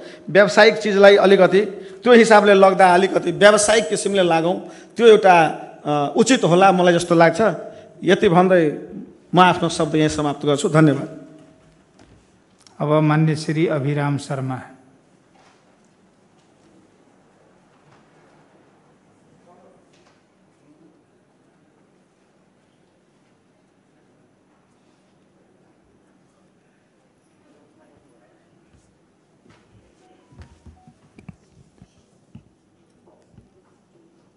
माननीय सभामुख जी, माननीय सभामुख मार्फत एहि गरिमामय सदन में कुछ बात निवेदन करक चाहे छी। कर के दायरा में जन आंदोलन और मधेश आंदोलन के शहीद परिवार के छूट कैल गेले, ई सरकार के सकारात्मक कदम है।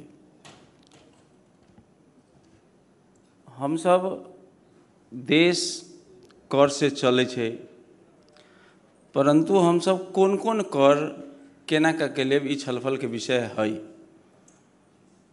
एहि प्रदेश के 60 लाख से बेसी के जनता के बीच में ई मध्य प्रदेश सरकार है जहाँ अहाँ प्रत्याभूति करवा देली ओहन जगह से कर लेवे के है। और इस 60 लाख से बेसी जनता के अगर हम सरकार छी अगर वो प्रत्याभूति नहीं के लिए अगर ओहन जगह पर कर लेवे तो जनता के बुझते कि सरकार बोझ भ गेल तेहन बुझाई सके। कर के विभिन्न शीर्षक है, जगह के संदर्भ में है, मनोरंजन के संदर्भ में है, सवारी साधन के संदर्भ में है, बालुआ गिट्टी के संदर्भ में है, परंतु सीधा जनता के छुए वाला भी कर सब ऐठन है जो प्रत्यक्ष ढंग से जनता के पीड़ा देते। एगो लाल पुर्जा के प्रतिलिपि लेवे के है तो 500 रुपया कर है। ये व्यवहारिक अव्यवहारिक विषय पर छलफल करे के जरूरी होते कि हमार अपने संपत्ति है वही के हमरा प्रतिलिपि लेवे के है तो वही जो हमरा 500 रुपया तीरे के है तो प्रतिलिपि लेवे के लगे हमरा गांव पालिका नगर पालिका या जे पालिका में वही जैसे भी सिफारिश करावे के है और वही के बाद जाके मालपोत से होकर प्रतिलिपि लेवे के है तो वही में लागे वाला कर ई 500 मात्र नहीं भेले वो पालिका में भी जाके ओका कर तीरे पड़ती। एगो लाल पुर्जा निकाले के लगे 2000 से बेसी लगती। रसीद टिकट के बाहेक एकरा केना के मिलबे एकरा मिलना जरूरी है। हमारा लगे सीधा किसान के सरोकार के विषय है, व्यक्ति के सरोकार के विषय है, एहि पर हमारा सबके गंभीर होइक चाहे। सवारी साधन मूल विषय दोसर मूल विषय सवारी साधन है। 125 सीसी के 3000 और 126 सीसी से 160 सीसी तक के 5000। हमरा यहाँ के सोचे पड़ती आप कि व्यक्ति जो प्रयोग कर रहा है वो व्यक्ति अधिकांश व्यक्ति सरकार संस्था कितने प्रयोग करे मगर व्यक्ति प्रयोग कर रहा है तो 125 सीसी के 3000 160 सीसी तक के 5000 वही के ऊपर से इंश्योरेंस। हमारा यहाँ के प्रदेश के अवस्था ये हवा कि हम सब अभी जलेश्वर से जनकपुर अबै छी चाहे जे माननीय जी जहाँ से अबै छी तो रास्ता में एकदम ट्रैफिक चेक होते रहे छे। हम सब जे रोड से जाई छी ओठन ट्रैफिक चेक होते रहे छे और कर एते है तै कारण से जब ही किनलक तई वर्ष में जो कर तीरल रहल ओई के बाद अहाँ के 10% मोटरसाइकिल रिन्यूअल अवस्था में नहीं हवा। 10% मोटरसाइकिल अगर यथार्थ बात करबे तो 10% मोटरसाइकिल रिन्यूअल अवस्था में नहीं हवा। अहाँ कर चाहे जते राख लू लोग रिन्यूअल नहीं करवाए तो वही कर के कौन महत्व होत। तो हम सब एहन कर केला नहीं राखी जे वही कर के लोग सुगम ढंग से बुझावे के लगी तैयार हो जाए। मान लो 150 सीसी मोटरसाइकिल के 5000 हमर मोटरसाइकिल है 5 वर्ष भ गए ओकरा हम बुझावे जब तो 3 महीना के बाद ओकर जो फाइन है अगर फाइन के जोड़ के जब तो वो मोटरसाइकिल के दाम भ गए 40,000 एठमन यातायात कार्यालय में बुझावे वाला कर के दाम भी भ गए 40,000। हमारा लग 2 गो मोटरसाइकिल ओहन हव जेकर 5 वर्ष से बेसी रिन्यूअल फेल भ गए और मोटरसाइकिल के बेचे के बात करे तो ओकर दाम 40,000 और यातायात कार्यालय में अगर ओकर बुझावे जाए तो ओकर दाम बल्कि 40 ने 42,000 पहुँचाए के अवस्था भेले एहि कर के हिसाब से। तो ओकरा केना के करबे पैसा तो लाग गए वो मोटरसाइकिल रोड पर चले के अवस्था में नहीं है। अगर वो 5 वर्ष रिन्यूअल फेल भ गए तो ओकर सवारी जो दरता है वो खारिज हो जाते और वो खारिज हो जाते तो उस संपत्ति लॉस हो के कबाड़ा में ओकरा बेचे के अवस्था आते। और हमरा यहाँ के एठमन के आर्थिक अवस्था केहन है से हमरा अपने के पता हवा। हम अपने अपन देश के आर्थिक अवस्था अपन मध्य प्रदेश के आर्थिक अवस्था और व्यक्तिगत रूप में भी जो आर्थिक अवस्था केहन है वो हमरा यहाँ के पता हवा। तई कारण से ये छोटका विषय में हाँ व्यक्ति के कम जे व्यवसायी है जेकर अच्छा व्यवसाय है आ मझौला व्यवसायी के ये छोटका व्यवसायी के भी अगर कर के दायरा में लबे तो लोग जीवन यापन करे के लगे भी बहुत चीज करे छे। तो ओहन के संदर्भ में एक ढंग के धारणा अहाँ के बनावे पड़त। तई कारण से हमारा की लगे जमीन के संदर्भ में जमीन के रजिस्ट्रेशन जो व्यक्ति के तरह सीधा सरोकार रखने है, किसान के तरह सीधा सरोकार रखने, जनता के तरह सीधा सरोकार रखने है, वही संदर्भ में हमारा लगे सरकार के कर के दायरा घटावक चाहिए। और सवारी साधन में भाड़ा सवारी के संदर्भ में एक ढंग के, व्यक्तिगत सवारी के संदर्भ में एक ढंग के, मगर ओहि के बावजूद भी बेसी से बेसी चले वाला सवारी खास करके मोटरसाइकिल है, ओकरा अगर अहाँ कर के दायरा घटा के या ओकर छूट के वातावरण अगर अहाँ निर्माण करबै, हम अहाँ अभी काफी मीटर ब्याजी के चर्चा के बात करै छियै। 3 महीना के बाद तो 25% फाइन यातायात कार्यालय भी तो लइए रहल है। 3 महीना के बाद यातायात कार्यालय फाइन तो लइए रहल है। विद्युत ऑफिस में तो जनता जाके फाइन तिरिए रहल है। एहि विषय के भी अहाँ जे फाइन के जे भी बहुत जगह बात कहने छियै, तो फाइन के दर भी मिलावे पड़त। हाँ, गलत चीज के कार्रवाई के बात करे पड़ते। फाइने तीर के बहुत चीज नहीं होते, ओकर कार्रवाई के एगो विषय होते, मगर फाइने तीर के बहुत चीज होते। मगर फाइन के भी जे एगो सीमा होके चाहिए। हमरा लगे हम कहली जे एगो मोटरसाइकिल के 3 महीना 90 दिन अगर ओकर रिन्यूअल फेल हो जाए तो ओकर फाइन शायद 25% से बेसी है। हमारा एक्यूरेट तो नहीं, कि 25% से बेसी है। इस सब पर सरकार के ध्यान जाए।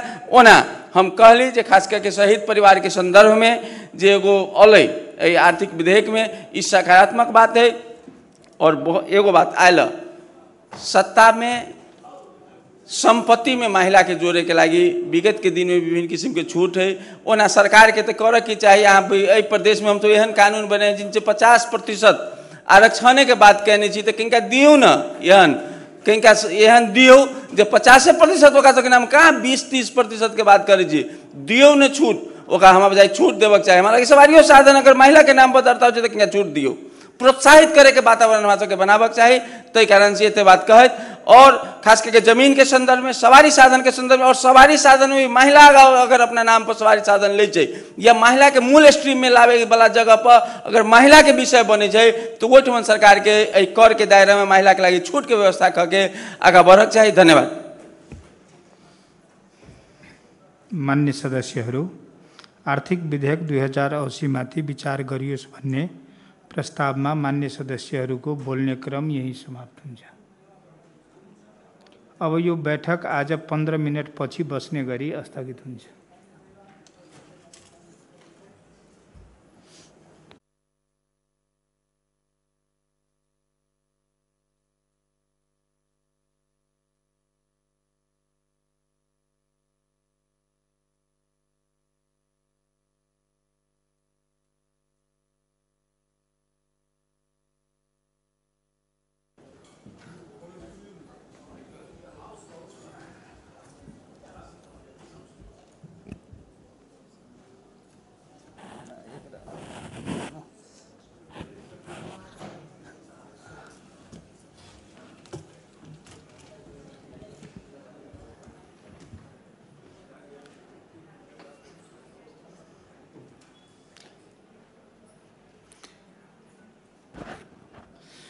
मान्य सदस्यहरू, आज 15 मिनटको लागि स्थगित भएको बैठकको कारबाही प्रारम्भ हुन्छ।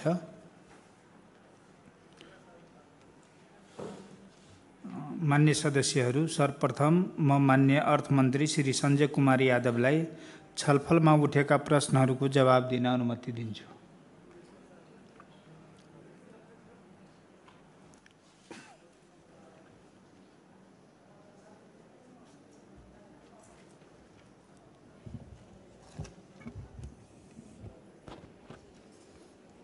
माननीय सभामुख महोदय,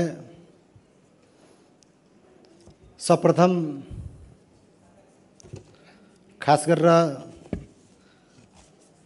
मध्य प्रदेश आर्थिक विधेयक 2080 माथि यस गरिमामय सदनका 10 जना मान्य सदस्यज्यूहरूले यस छलफलमा भाग लिनुभयो। माननीय दीपेन्द्र ठाकुरजी, माननीय सतीश सिंहजी, माननीय उपेन्द्र महतोजी, माननीय प्रमोद जायसवाल जी, माननीय राजेंद्र प्रसाद चौधरी जी, माननीय किरण कुमारी शाह जी, माननीय रानी तिवारी जी, माननीय चंदन सिंह जी, माननीय अभिराम शर्मा जी, 10 जना माननीय सदस्यज्यूहरूको धेरै जसो मनन योग्य सुझावहरू आयो।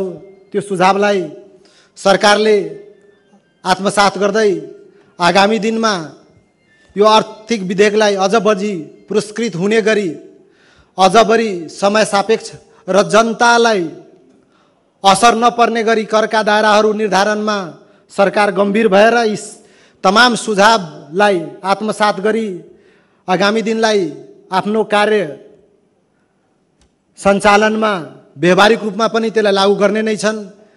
10 जना मान्य सदस्य बाहेक यस गरिमामय सदनका अन्य धेरैजसो मान्य सदस्यहरूले यो निर्माणकै बेलामा पनि धेरैजसो सुझाव सल्लाहहरू दिनुभएको छ। अन्य सरोकारवाला निकायबाट पनि धेरै सुझाव सल्लाह आएको छ। ती तमाम सरोकारवाला निकायबाट आएका विद्वानबाट आएका सुझाव सल्लाह सम्मिलित गरेर यो विधेयक तयार गरिएको छ। यहाँ सम्पूर्णलाई धेरै धेरै धन्यवाद। खास गरेर यहाँहरूबाट उठाइएका ती तमाम प्रश्नहरू, यहाँहरूद्वारा पहलाइएका ती तमाम पहलकदमीहरूप्रति सरकार गम्भीर छ। ती तमाम विषयवस्तुहरूलाई सरकारले आत्मसात गरेर आगामी दिनलाईमा यसलाई परिमार्जन हुने ठाउँमा परिमार्जन गरेर जहाँ सुधार गर्नुपर्ने हो त्यहाँ सुधार गरेर सञ्चालनमा ल्याउने र त्यो व्यवस्थाहरूलाई कार्यान्वयन गर्ने प्रतिबद्धता यहाँहरू समक्ष राख्न चाहन्छु। खास गरेर यहाँहरूको प्रमुख चासो भनेको 2-3 वटा सेक्टर देखियो। खास गरेर करका दायरा एकदम न्यून हुनुपर्छ, जनतालाई आम जनलाई असर नपर्ने गरी कर निर्धारण गर्नुपर्ने छ भनेर यहाँहरूको अमूर्त सुझाव आयो। त्यसप्रति सरकार एकदम गम्भीर र संवेदनशील छ। सरकार जिम्मेवार छ। हामी जिम्मेवारीपूर्वक कर निर्धारण गरेका छौँ। यस प्रदेशका तमाम जनतालाई सरकार जनताको सरकार हो। यो प्रदेशको 65 लाख जनता कई सरकार भएको र 65 लाख जनतालाई नै सम्बोधन गर्ने गरी सरकारको नीति कार्यक्रम तय गरिएको हो। सोही अनुरूप ती जनतामा कुनै जनतालाई, ती आम जनलाई, यस प्रदेशमा बसोबास गर्ने सम्पूर्ण जनमानसलाई कुनै असर नपर्ने गरी यहाँहरूले जसरी भन्नुभयो कि कर निर्धारण त यस्तो हुनुपर्ने हो कि माउरीले जसरी फुलहरूमा रस त्यहाँबाट लिएर मह बनाउने प्रयास गर्छ, जसरी भावराहरू विभिन्न तपाईको बारीमा फुलबारीमा गएर त्यहाँबाट ती अमृत रसहरू पान गरेर जसरी महको रूप दिन्छ, यो करको दायरा त्यसरी नै बनाएको हो र यो कर दायरा मार्फत उठेका ती राजस्वहरूलाई मह रूपी विकास योजना र नीति कार्यक्रम मार्फत जनताको घर दैलोमा, घर घरमा हरेक जनको घर दैलोमा पुर्याउनमा सरकार प्रतिबद्ध रहेको बेहोरा यहाँहरूलाई अवगत गराउन चाहन्छु। खास गरेर सरकारको प्रमुख उद्देश्य नै यो अन्तिम उदयको उद्देश्य हो। सरकारले अंगीकार गरेको प्रमुख उद्देश्य भनेकै यो प्रदेशको सबसे पुछारमा रहेका, यस सरकारको, यस प्रदेशको मूल प्रवाहबाट वञ्चित, अधिकारबाट वञ्चित, न्यायबाट वञ्चित, सेवा सुविधाबाट वञ्चित, सरकारको राज्यको मूल प्रवाहमा नआएका ती पछिल्ला अवस्थामा पुगेका जनतालाई न्यायोचित ढङ्गले अधिकतम साधन स्रोतको त्यहाँ उहाँहरूको पहुँचमा पुर्याई ती जनतालाई मेन स्ट्रिममा राज्यको मूल प्रवाहमा ल्याउन सरकार प्रयत्नशील छ। त्यो हिसाबले सरकार आगामी कार्यक्रम नीति तय गरेको छ। मैले अघि पनि भने यहाँहरूले 2-3 वटा एकदम ओजपूर्ण कुराहरू उठाउनुभयो। खास गरेर सामान्य वर्गका व्यक्तिले उपभोग गर्ने सवारी साधनमा लगाइएको कर प्रति सरकार संवेदनशील हुनुपर्ने हो। खास गरेर मोटरसाइकलमा लगाइएको कर प्रति सरकार संवेदनशील हुनुपर्ने हो, जिम्मेवार हुनुपर्ने हो। सरकार त्यसप्रति गम्भीर रहेको छ। एउटा अर्को विषय आएको थियो, व्यावसायिक र निजी सवारी साधनमाथिको करको विषय आयो। खास गरेर किसानहरूमाथि लगाइएको करको विषयमा पनि यहाँहरूले बरु किसानहरूलाई हामीले कर लगाए बापतको सेवा सुविधा दिन सरकार प्रतिबद्ध हुनुपर्ने हो। यहाँहरूलाई अवगत गराउँ, यो सरकारले बजेट प्रस्तुत मार्फत र सरकारको नीति तथा कार्यक्रम मार्फत यो प्रदेशको सबसे ठुलो लगानी नै किसानहरूको जीवनमा आमूल परिवर्तन ल्याउने दिशामा गरेको छ। खास गरेर सिंचाई हरेक खेतमा पहुँचाउने दिशामा, हरेक किसानको खेतमा सिंचाईको प्रबन्ध मिलाउने व्यवस्थालाई आत्मसात गर्दै अरबौंको लगानी कृषिमा र खास गरेर कृषि सिंचाई प्रणालीमा गर्ने प्रतिबद्धता सरकारले त्यो हिसाबको कार्यक्रम नीति ल्याएको अवस्था यहाँहरूलाई अवगतै छ। हामी त्यसप्रति गम्भीर छौँ। खास गरेर विगतमा सवारी साधनमा 2-3 वटा समस्याहरू देखिएको थियो गत वर्ष। यहाँहरूलाई के बताउन चाहन्छु भने, गरिमामय सदनलाई सहमुखज्यू मार्फत के अनुरोध गर्न चाहन्छु भने, हामीले कृषि बाहेक अन्य सेक्टरमा कतै थप नयाँ कर लगाएका छैनौँ। त्यो पहिलेदेखि निर्धारण गरिएको करलाई नै निरन्तरता दिने व्यवस्था गरेका छौँ। थप मार यस प्रदेशको जनतामा हुने गरी कुनै पनि नयाँ कर निर्धारण गरिएको छैन। यस गरिमामय सदनलाई जानकारी गराउन चाहन्छु। खास गरेर केही त्रुटिहरू थियो, हिजोको कर निर्धारणको अवस्थामा के त्रुटिहरू थिए भने यी गाडीहरूको एजेन्सी जुन आउँछ ती एजेन्सीहरूको आधिकारिक विक्रेताहरूको नाउँमा थप कर लगाइएको व्यवस्था थियो। यसले के समस्या सिर्जना गरेको थियो भने यस प्रदेशका ती तमाम आधिकारिक विक्रेताहरूको लाई थप कर दिनुपर्ने भएकोले ती आधिकारिक विक्रेताहरू अन्य प्रदेशमा बढी सवारी साधनको दर्ता हुने र त्यहाँबाट वितरण भएकोले यहाँ करका दायराहरू हामीले खुम्चिएको अवस्था थियो, सङ्कुचन भएको अवस्था थियो। त्यसलाई परिमार्जन गरी खास गरेर गाडीहरूको नयाँ गाडीहरू जुन सवारी साधन खरिद भएर आए पछाडि आधिकारिक विक्रेताको नाममा पहिलो पटक बिक्री हुने जुन व्यवस्था छ त्यसमा लगाइएको कर हामीले हटाइदिया छु। त्यो कर हटाइएको अवस्था छ। अब उपरान्त यो व्यवस्था हटिसके पछाडि अन्य प्रदेशमा ती सवारी साधनहरू दर्ता हुने अवस्था अब रहँदैन, त्यो यहाँहरूलाई अवगत गराउँ। अर्को माननीय सदस्यज्यूहरूले प्रश्न उठाए जस्तै यो नवीकरण धेरै नै कम सवारी साधनहरूमा निरन्तर नवीकरण प्रत्येक वर्ष लगाउनु पर्ने र नवीकरण पहिलेदेखि नै धेरै सवारी साधनमा नभएकोले कर एकदम थोरै उठ्ने र ती सवारी साधनको मूल्य बराबरको कर नै बाँकी रहने व्यवस्था रहेकोले यो एउटा गम्भीर समस्या र चुनौतीकै रूपमा यो प्रदेशमा आएको कुराहरू यहाँहरूले अवगत गराउनु भयो। यो सही हो, यो समस्या हामीले पनि भोग्यौँ। यसको समाधानको लागि प्रदेश सरकारले एउटा स्पेशल व्यवस्था गरेको छ।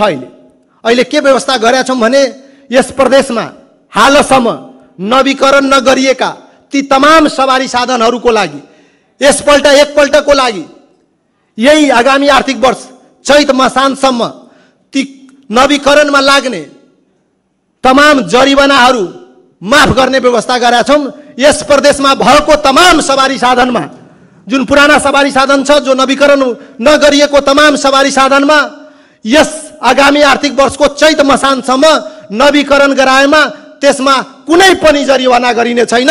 जरिवाना सम्पूर्ण रूपमा छुटको व्यवस्था गरिएको यो यस गरिमामय सदनलाई अवगत गराउन चाहन्छु। अर्को व्यवस्था के गरिएको छ भने 5 वर्षसम्म नवीकरण नभएका सवारी साधन लगायत अन्य आजसम्म हालसम्म नभएको त्यो छुटको व्यवस्था गरिएको छ। सो अवधिमा नवीकरण नगराएमा ती तमाम सवारी साधनहरूको अस्थायी रूपमा दर्ता खारेजीको प्रबन्ध पनि मिलाइएको छ र त्यसको जपतको व्यवस्थाको लागि आवश्यक कानुन निर्माण गर्ने व्यवस्था पनि प्रदेश सरकारले अगाडि बढाएको व्यवस्था यहाँहरूलाई अवगत गराउन चाहन्छु। अर्को यहाँहरूबाट आएको खास गरेर व्यावसायिक सवारी साधन र निजी सवारी साधन सम्बन्धी छुट्टै करको विषयमा यहाँहरूको प्रश्न आएको थियो।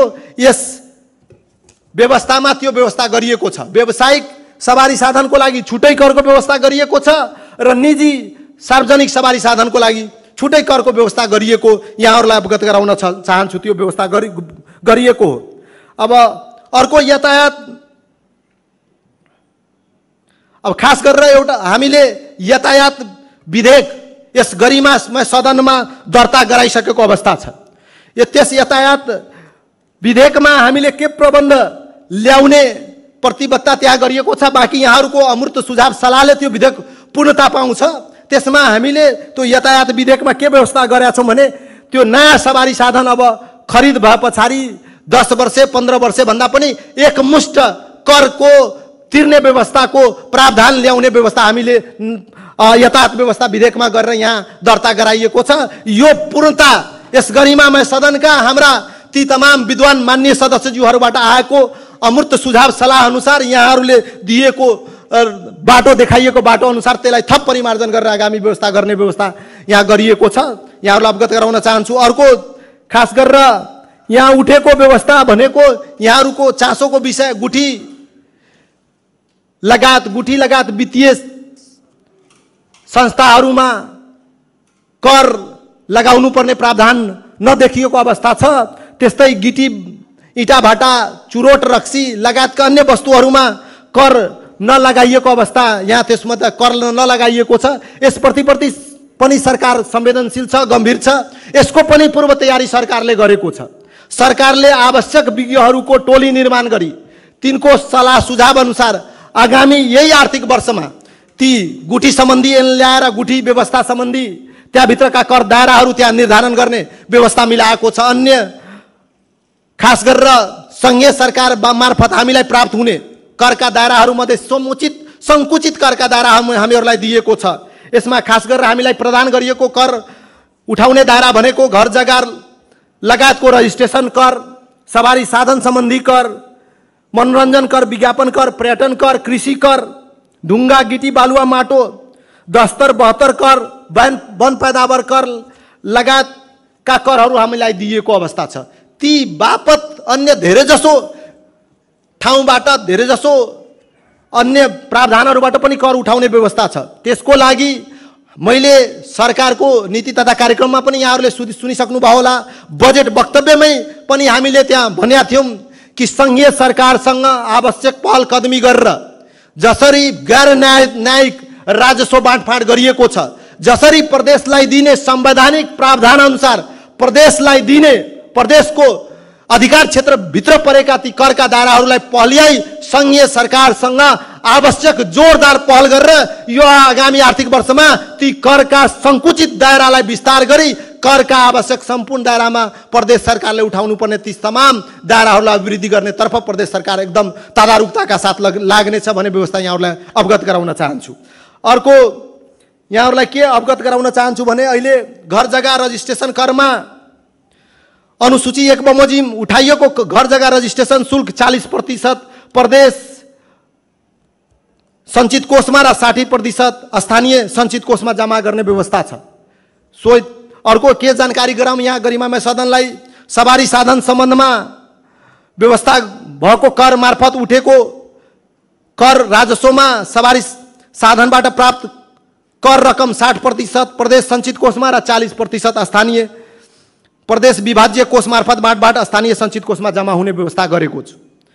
खास गरेर मनोरञ्जन सम्बन्धीमा पनि 40% मासिक रूपमा प्रदेश सञ्चित कोषमा जम्मा हुने व्यवस्था हामीले मिलाएका छौँ। विज्ञापन सम्बन्धमा पनि 60% स्थानीय सञ्चित कोषमा र 40% प्रदेश सञ्चित कोषमा। पर्यटन शुल्कमा पनि अनुसूची 4 बमोजिम पर्यटक शुल्क लगाउने व्यवस्था र त्यसको आगामी अन्य विस्तृत विवरणहरू त्यहाँभित्र हामीले राखेको व्यवस्था यहाँहरूलाई अवगत गराउन चाहन्छु। खास गरेर कृषिमा हामीले एउटा नयाँ प्रणालीको करको व्यवस्था गरेका छौँ। यसलाई अलिकति यहाँहरूमाझ हामीले क्लियर गरौँ, यो गरिमामय सदनमा माननीय सभामुख मार्फत हामीले अवगत गराउँ। खास गरेर कृषि पेसामा के भएको हो भने किन कर लगाइएको हो यो विषय यहाँ उठ्न सक्छ। अन्य जम्मै प्रदेशमा कृषिमा कर लगाइएको, यस प्रदेशमा कर लगाइएको थिएन। कृषिमा कर नलगाइए पछाडि समस्या के देखियो त, चुनौती के थियो त? खास गरेर कृषि पेसाबाट आएको आम्दानीलाई वैधता पाएको थिएन, त्यो आम्दानी अवैध थियो।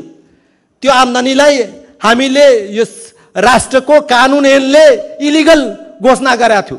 त्यसलाई लिगलाइज गर्नलाई पनि खास गरेर यो प्रदेश नै कृषि प्रधान प्रदेश भएकोले, अधिकांश जनता कृषि पेसामा आश्रित भएकोले, हामी हुन त हामी प्रदेश सभा छौँ र अन्य पेसामा भए पनि हाम्रो मूल पेसा भनेको प्रमुख पेसा नै कृषि भएकोले यसप्रति हामी एकदम जिम्मेवारीपूर्वक गम्भीर र संवेदनशील भएर पूर्ण जिम्मेवार भएर यो कर निर्धारण गरिएको छ। यो कर किन निर्धारण गरिएको छ, समस्या के देख्यो भने यसलाई वैधता नप्रदान गरे पछाडि ती किसानहरू ब्याङ्कमा ऋण लिन जाँदाखेरि तिनको आम्दानीको स्रोतमै कृषिको आम्दानीलाई जोड्न नमिल्ने, तिनको छोराछोरीलाई पठन पाठन विदेशमा गराउनलाई पनि तिनको आम्दानीको स्रोतमा कृषिको उपजको आम्दानीलाई मान्यता नमिल्ने जुन समस्या थियो त्यसलाई निजात दिनलाई र त्यसलाई लिगलाइज गर्नलाई हामीले वार्षिक 10 लाख रुपैयाँ सम्मको आयमा कर लगाएका छैनौँ। 10 लाख आम्दानी हुने किसानले वार्षिक 10 लाख आम्दानी हुने किसानले 1 पैसा पनि तिर्नुपर्ने व्यवस्था गरेको छैन। 10 लाखदेखि 20 लाखसम्म रुपैयाँ आम्दानी हुने किसानले वार्षिक 1% कर, 20 लाख आम्दानी हुने किसानले वर्षको 20,000 मात्र 1% कर लगाइएको छ। 20 लाखदेखि 50 लाखसम्म आम्दानी हुने किसानको लागि जम्मा 1.5% कर को व्यवस्था गरिएको छ र 50 लाख भन्दा बढी आम्दानी हुने किसानले 2% कर।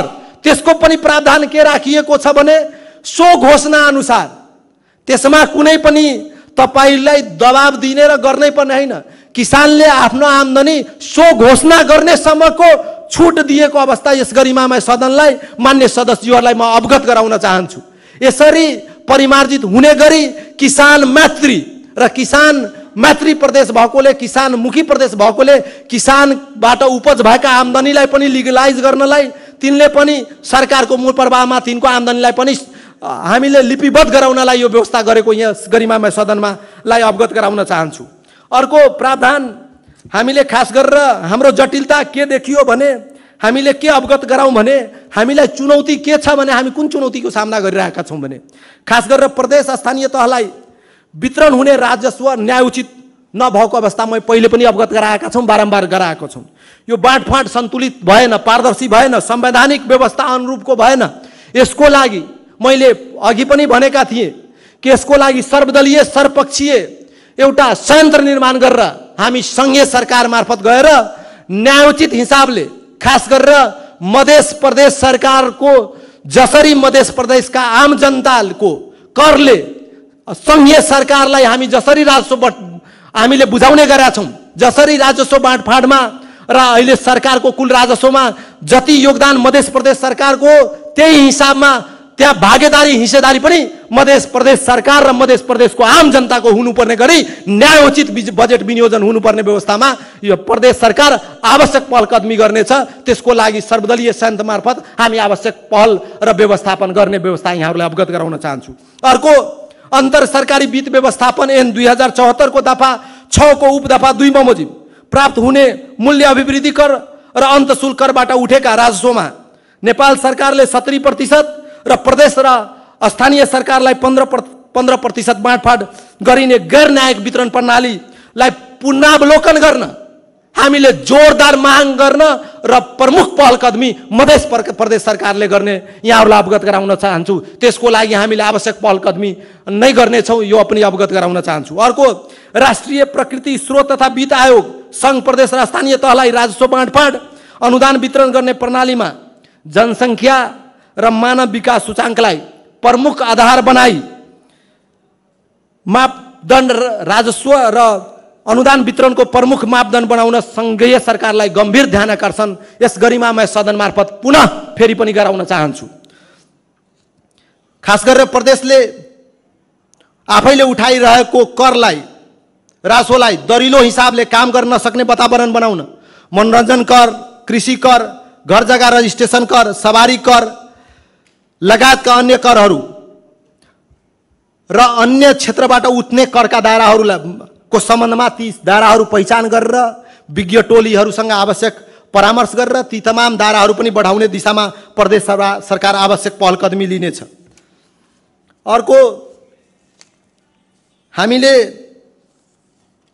खास गरेर अन्तर सरकारी वित्त व्यवस्था ऐन 2074 ले सङ्घ तथा स्थानीय तहलाई स्थानीय तहका सबै निकायले सार्वजनिक आय व्ययको विवरण प्रस्तुत गर्दा अनिवार्य रूपमा आगामी 3 आर्थिक वर्षमा हुने खर्चको प्रक्षेपण सहितको मध्यकालीन खर्च संरचना mid term expenditure framework MTEF तर्जुमा गर्नुपर्ने व्यवस्था भएकोले यो प्रस्तुत गरेको यसले हामीले अहिले तपाईहरूले प्राप्त गर्नुभयो यो मध्यकालीन खर्च संरचना यो आगामी 3 वर्षको लागि पहिलोपल्ट हामीले निर्माण गरेका हौँ।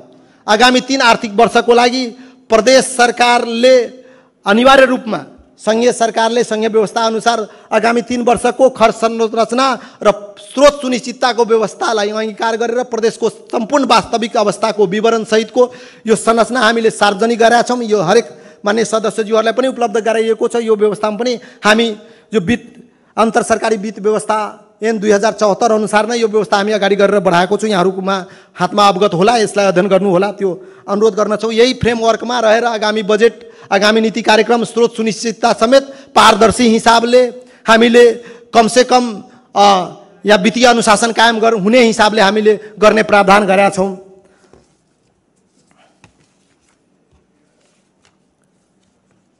अर्को खास गरेर आगामी वर्षको आयको अनुमान हामीले यसरी गरेका छौँ।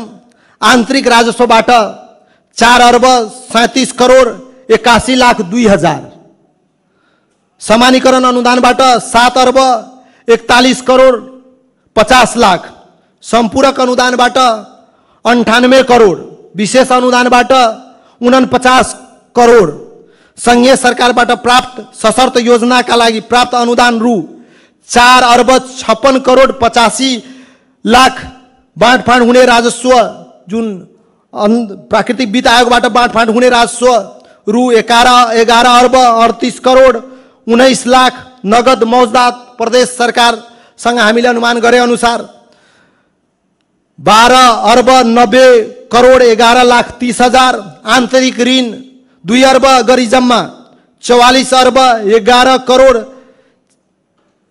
46 लाख 32 हजारको आगामी आय व्ययको विवरण यस गरिमामय सदनमा हामीले प्रस्तुत गरेका छौँ। खास गरेर हामीले भनेका थियौँ, मैले हिजो पनि भने, पुनः म दोहोऱ्याउन चाहन्छु, हाम्रो माननीय मुख्यमन्त्री सरोज यादवजी शपथ ग्रहण गरेकै दिन यस प्रदेशको खर्च प्रतिशत मैले हिजो भने 9% को हाराहारीमा थियो। हामीलाई चुनौती थियो यो 4-5 महिनाको अवधिमा यो 9% को खर्चको अवस्थालाई हामीले विगतको वर्षको तुलनामा त्यहाँसम्म पुर्याउनु निकै नै चुनौतीपूर्ण थियो। म यहाँहरूलाई अवगत गराउँ, हिजो राति 12 बजे सम्म हामीले जुन प्रदेश सरकारको सम्पूर्ण खर्चमा खास गरेर चालुतर्फ 51.73%, पुँजीगत तर्फ 61.28% खर्च प्रदेश सरकारको भएको यस गरिमामय सदनलाई अवगत गराउन चाहन्छु। एग्रिगेट जम्मा भन्नुपर्दा 57.07%, पुँजीगत खर्च चालु खर्चभन्दा झन्डै 10%ले वृद्धि भएको छ। यो प्रदेशको लागि सुखद संयोग हो। हामीले चालु खर्चमा व्यापक कटौती गरेको यस प्रमाणित गर्ने प्रमुख आधार हो। हामीले हिजो भएका अनावश्यक खर्चहरूलाई नियन्त्रित गरेका छौँ। वित्तीय अनुशासन कायम गर्ने दिशामा प्रदेश सरकार प्रतिबद्ध रहेको छ। यो डाटाले देखाउँछ। हामीले विगतको 4-5 महिनामा 2टा सरकार संरचनाको अभ्यास गर्यौँ। पहिले हाम्रो मन्त्री परिषद सरकारको संयन्त्रको घटक दल, अर्को थियो यो 4-5 महिनैमै फेरि अर्को राजनीतिक दिशा ध्रुवीकरणले अर्को गठबन्धनको सरकार हुँदा समेत हामीले खर्च पुँजीगत खर्च प्रतिशत हिजो मैले अनुमान गर्दा 55% भन्दा अलिकति बढी जान्छ भनेर मैले यही गरिमामय सदनलाई अवगत गराएको थिएँ। आज एग्रिगेट भन्नुपर्दा 61.28% पुँजीगत खर्च हुनु भनेको हाम्रो लागि सन्तोषजनक छ र आगामी दिनमा यो खर्च प्रतिशतलाई अझै बढी दृढताका साथ प्रदेश सरकारले आगामी दिनमा यो खर्च प्रतिशतलाई बढाएर यो प्रदेश सरकारको तमाम प्रदेश सरकारका ल्याएका कार्यक्रम र ती तमाम कार्यक्रमहरूलाई इम्प्लिमेन्टेसनमा ग्राउन्डमै जनस्तरमै गएर त्यसलाई जनतालाई प्रत्याभूति हुने गरी त्यसको इम्प्लिमेन्टेसनमा सरकार गम्भीरताका साथ लाग्ने कुरा यस गरिमामय सदनलाई अवगत गराउन चाहन्छु। अर्को पनि म के अवगत गराउन चाहन्छु भने यसै आर्थिक वर्ष हामीले पहिलोपल्टका आर्थिक सर्वेक्षण लिएर आएका छौँ। हामीले थोरै समयमा पनि प्रदेश सरकारले यो आर्थिक सर्वेक्षण लिएर आएको छ र आगामी दिनमा यसलाई अझै बढी पुरस्कृत गरेर ती तमाम विषयवस्तु समेट्ने विषयवस्तुहरूलाई पनि पुरस्कृत गरेर आगामी दिनमा अगाडि बढाउने प्रयास सरकारले गर्नेछ र ती तमाम करका दायराहरूमा त्यहाँ यहाँहरूबाट आएका सुझाव सल्लाहहरूलाई आत्मसात गर्दै ती अनावश्यक करका दायराहरूलाई हटाउने प्रबन्धमा पनि प्रदेश सरकार गम्भीर छ र आवश्यक ती तमाम वित्तीय संस्था लगायतका अन्य सरोकारवाला निकायबाट उठाउनु पर्ने ठाउँबाट उठाउने राजस्वलाई उठाई यो कमसेकम यो प्रदेश सरकारको आन्तरिक राजस्व 4 अर्ब 37 करोड अहिले भएको अवस्थालाई 2-3 गुणा आगामी आर्थिक वर्षमा निश्चय पनि प्रतिबद्धता के व्यक्त गर्न चाहन्छु भने यो आन्तरिक राजस्व आगामी आर्थिक वर्षमा यसको दुगुना हुने हामी यहाँ गरिमामय सदनमा प्रतिबद्धता व्यक्त गर्न चाहन्छु र यसको दिशामा प्रदेश सरकारले आवश्यक पहलकदमी गर्नेछ। प्रदेश सरकार माननीय मुख्यमन्त्रीज्यूको निर्देशन आइसकेको छ। प्रदेशको लागि आवश्यक तमाम ऐन कानुन र राजस्व सम्बन्धी तमाम ऐन कानुनलाई प्राथमिकतामा राखेर आगामी 2 महिना साउन र भादो भित्रै हामीले ती तमाम करका दायराहरू निर्धारण गर्ने र प्रदेश सरकारका आवश्यक आम्दानीका स्रोतहरू राजस्व उठाउने ती तमाम पहलकदमी गर्ने ऐन र कानुनहरूलाई तर्जुमा गरी सोको इम्प्लिमेन्टेसनको पाटोलाई ती निकाय नियोगहरूलाई समेत गठन गरेर त्यो हामीले ती करका दायराहरूलाई चयन गरी त्यसको आवश्यक कानुनी प्रावधान मिलाई त्यो उठाउने प्रबन्ध समेत यो 2-3 महिनाभित्रै त्यो पुरा गर्ने प्रतिबद्धता यस गरिमामय सदनलाई पनि अवगत गराउन चाहन्छु। साथै फेरि पनि यहाँहरूको अमूर्त सुझाव सल्लाह आयो, यसमा माननीय सदस्यज्यूहरूले मनन योग्य सुझाव दिनुभयो। यहाँहरूलाई पुनः धन्यवाद दिँदै आगामी दिनमा यहाँहरूले दिएको सुझावलाई आत्मसात गर्दै प्रदेश सरकार भनेको यहाँहरूको सरकार हो। यो प्रदेश सरकार भनेको यस प्रदेशका ती तमाम 65 लाख जनताको सरकार हो। यी तमाम प्रदेश सरकारको सफलता भनेकै यो हाम्रो यस गरिमामय सदनको तमाम 107 मान्य सदस्यज्यूहरूको सफलता हो। यहाँहरूकै मध्येका हामीहरू पनि छौँ। यहाँहरूको रचनात्मक सुझाव सल्लाहलाई प्रदेश सरकारले आत्मसात गर्नेछ र आगामी दिनमा प्रदेश सरकार सुशासन प्रत्याभूति गर्ने दिशामा, सरकारले गरेका प्रतिबद्धता प्रत्याभूति गर्ने दिशामा, सरकारले ल्याएको नीति तथा कार्यक्रम कार्यान्वयन गर्ने दिशामा, प्रदेशले सरकारले ल्याएको आयव्ययको व्यवस्थालाई अझ दुरुस्त गर्ने दिशामा, प्रदेश सरकारले ल्याएका ती तमाम कार्यक्रमहरू विवरण जुन पुस्तिका आएको छ त्यसको इम्प्लिमेन्टेसनको पाटोमा प्रदेश सरकार गम्भीरताका साथ, तदारुकताका साथ दिन रात एक गरेर अहोरात मेहनत गरेर लाग्ने प्रतिबद्धता यस गरिमामय सदनलाई म अवगत गराउन चाहन्छु। यो सरकार प्रतिबद्ध रहेछ। यो सरकारको मूल्याङ्कन गर्ने पाटो आम जनताको छ। यहाँहरूले दिएको सुझाव सल्लाहलाई आत्मसात गर्दै हामी अगाडि बढ्छौँ। पुनः पनि यहाँहरूलाई विशेष धन्यवाद दिँदै बिदा हुन चाहन्छु। धन्यवाद, नमस्कार।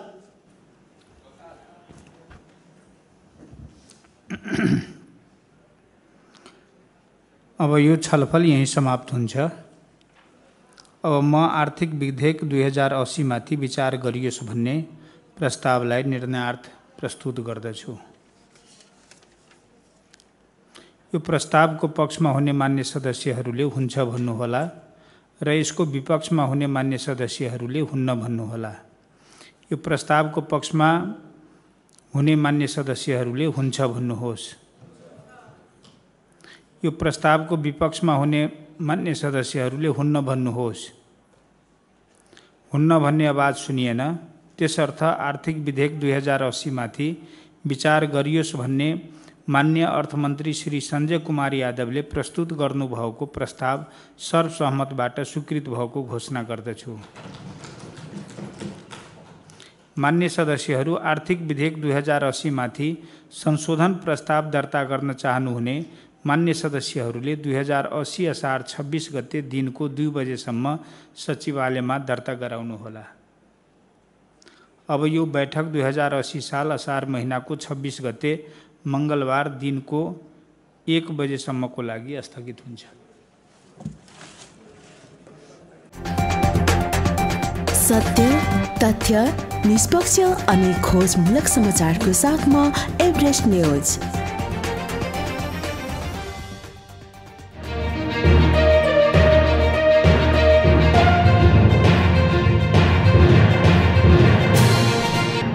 तपाईं हेर्दै हुनुहुन्छ एभरेस्ट न्यूज।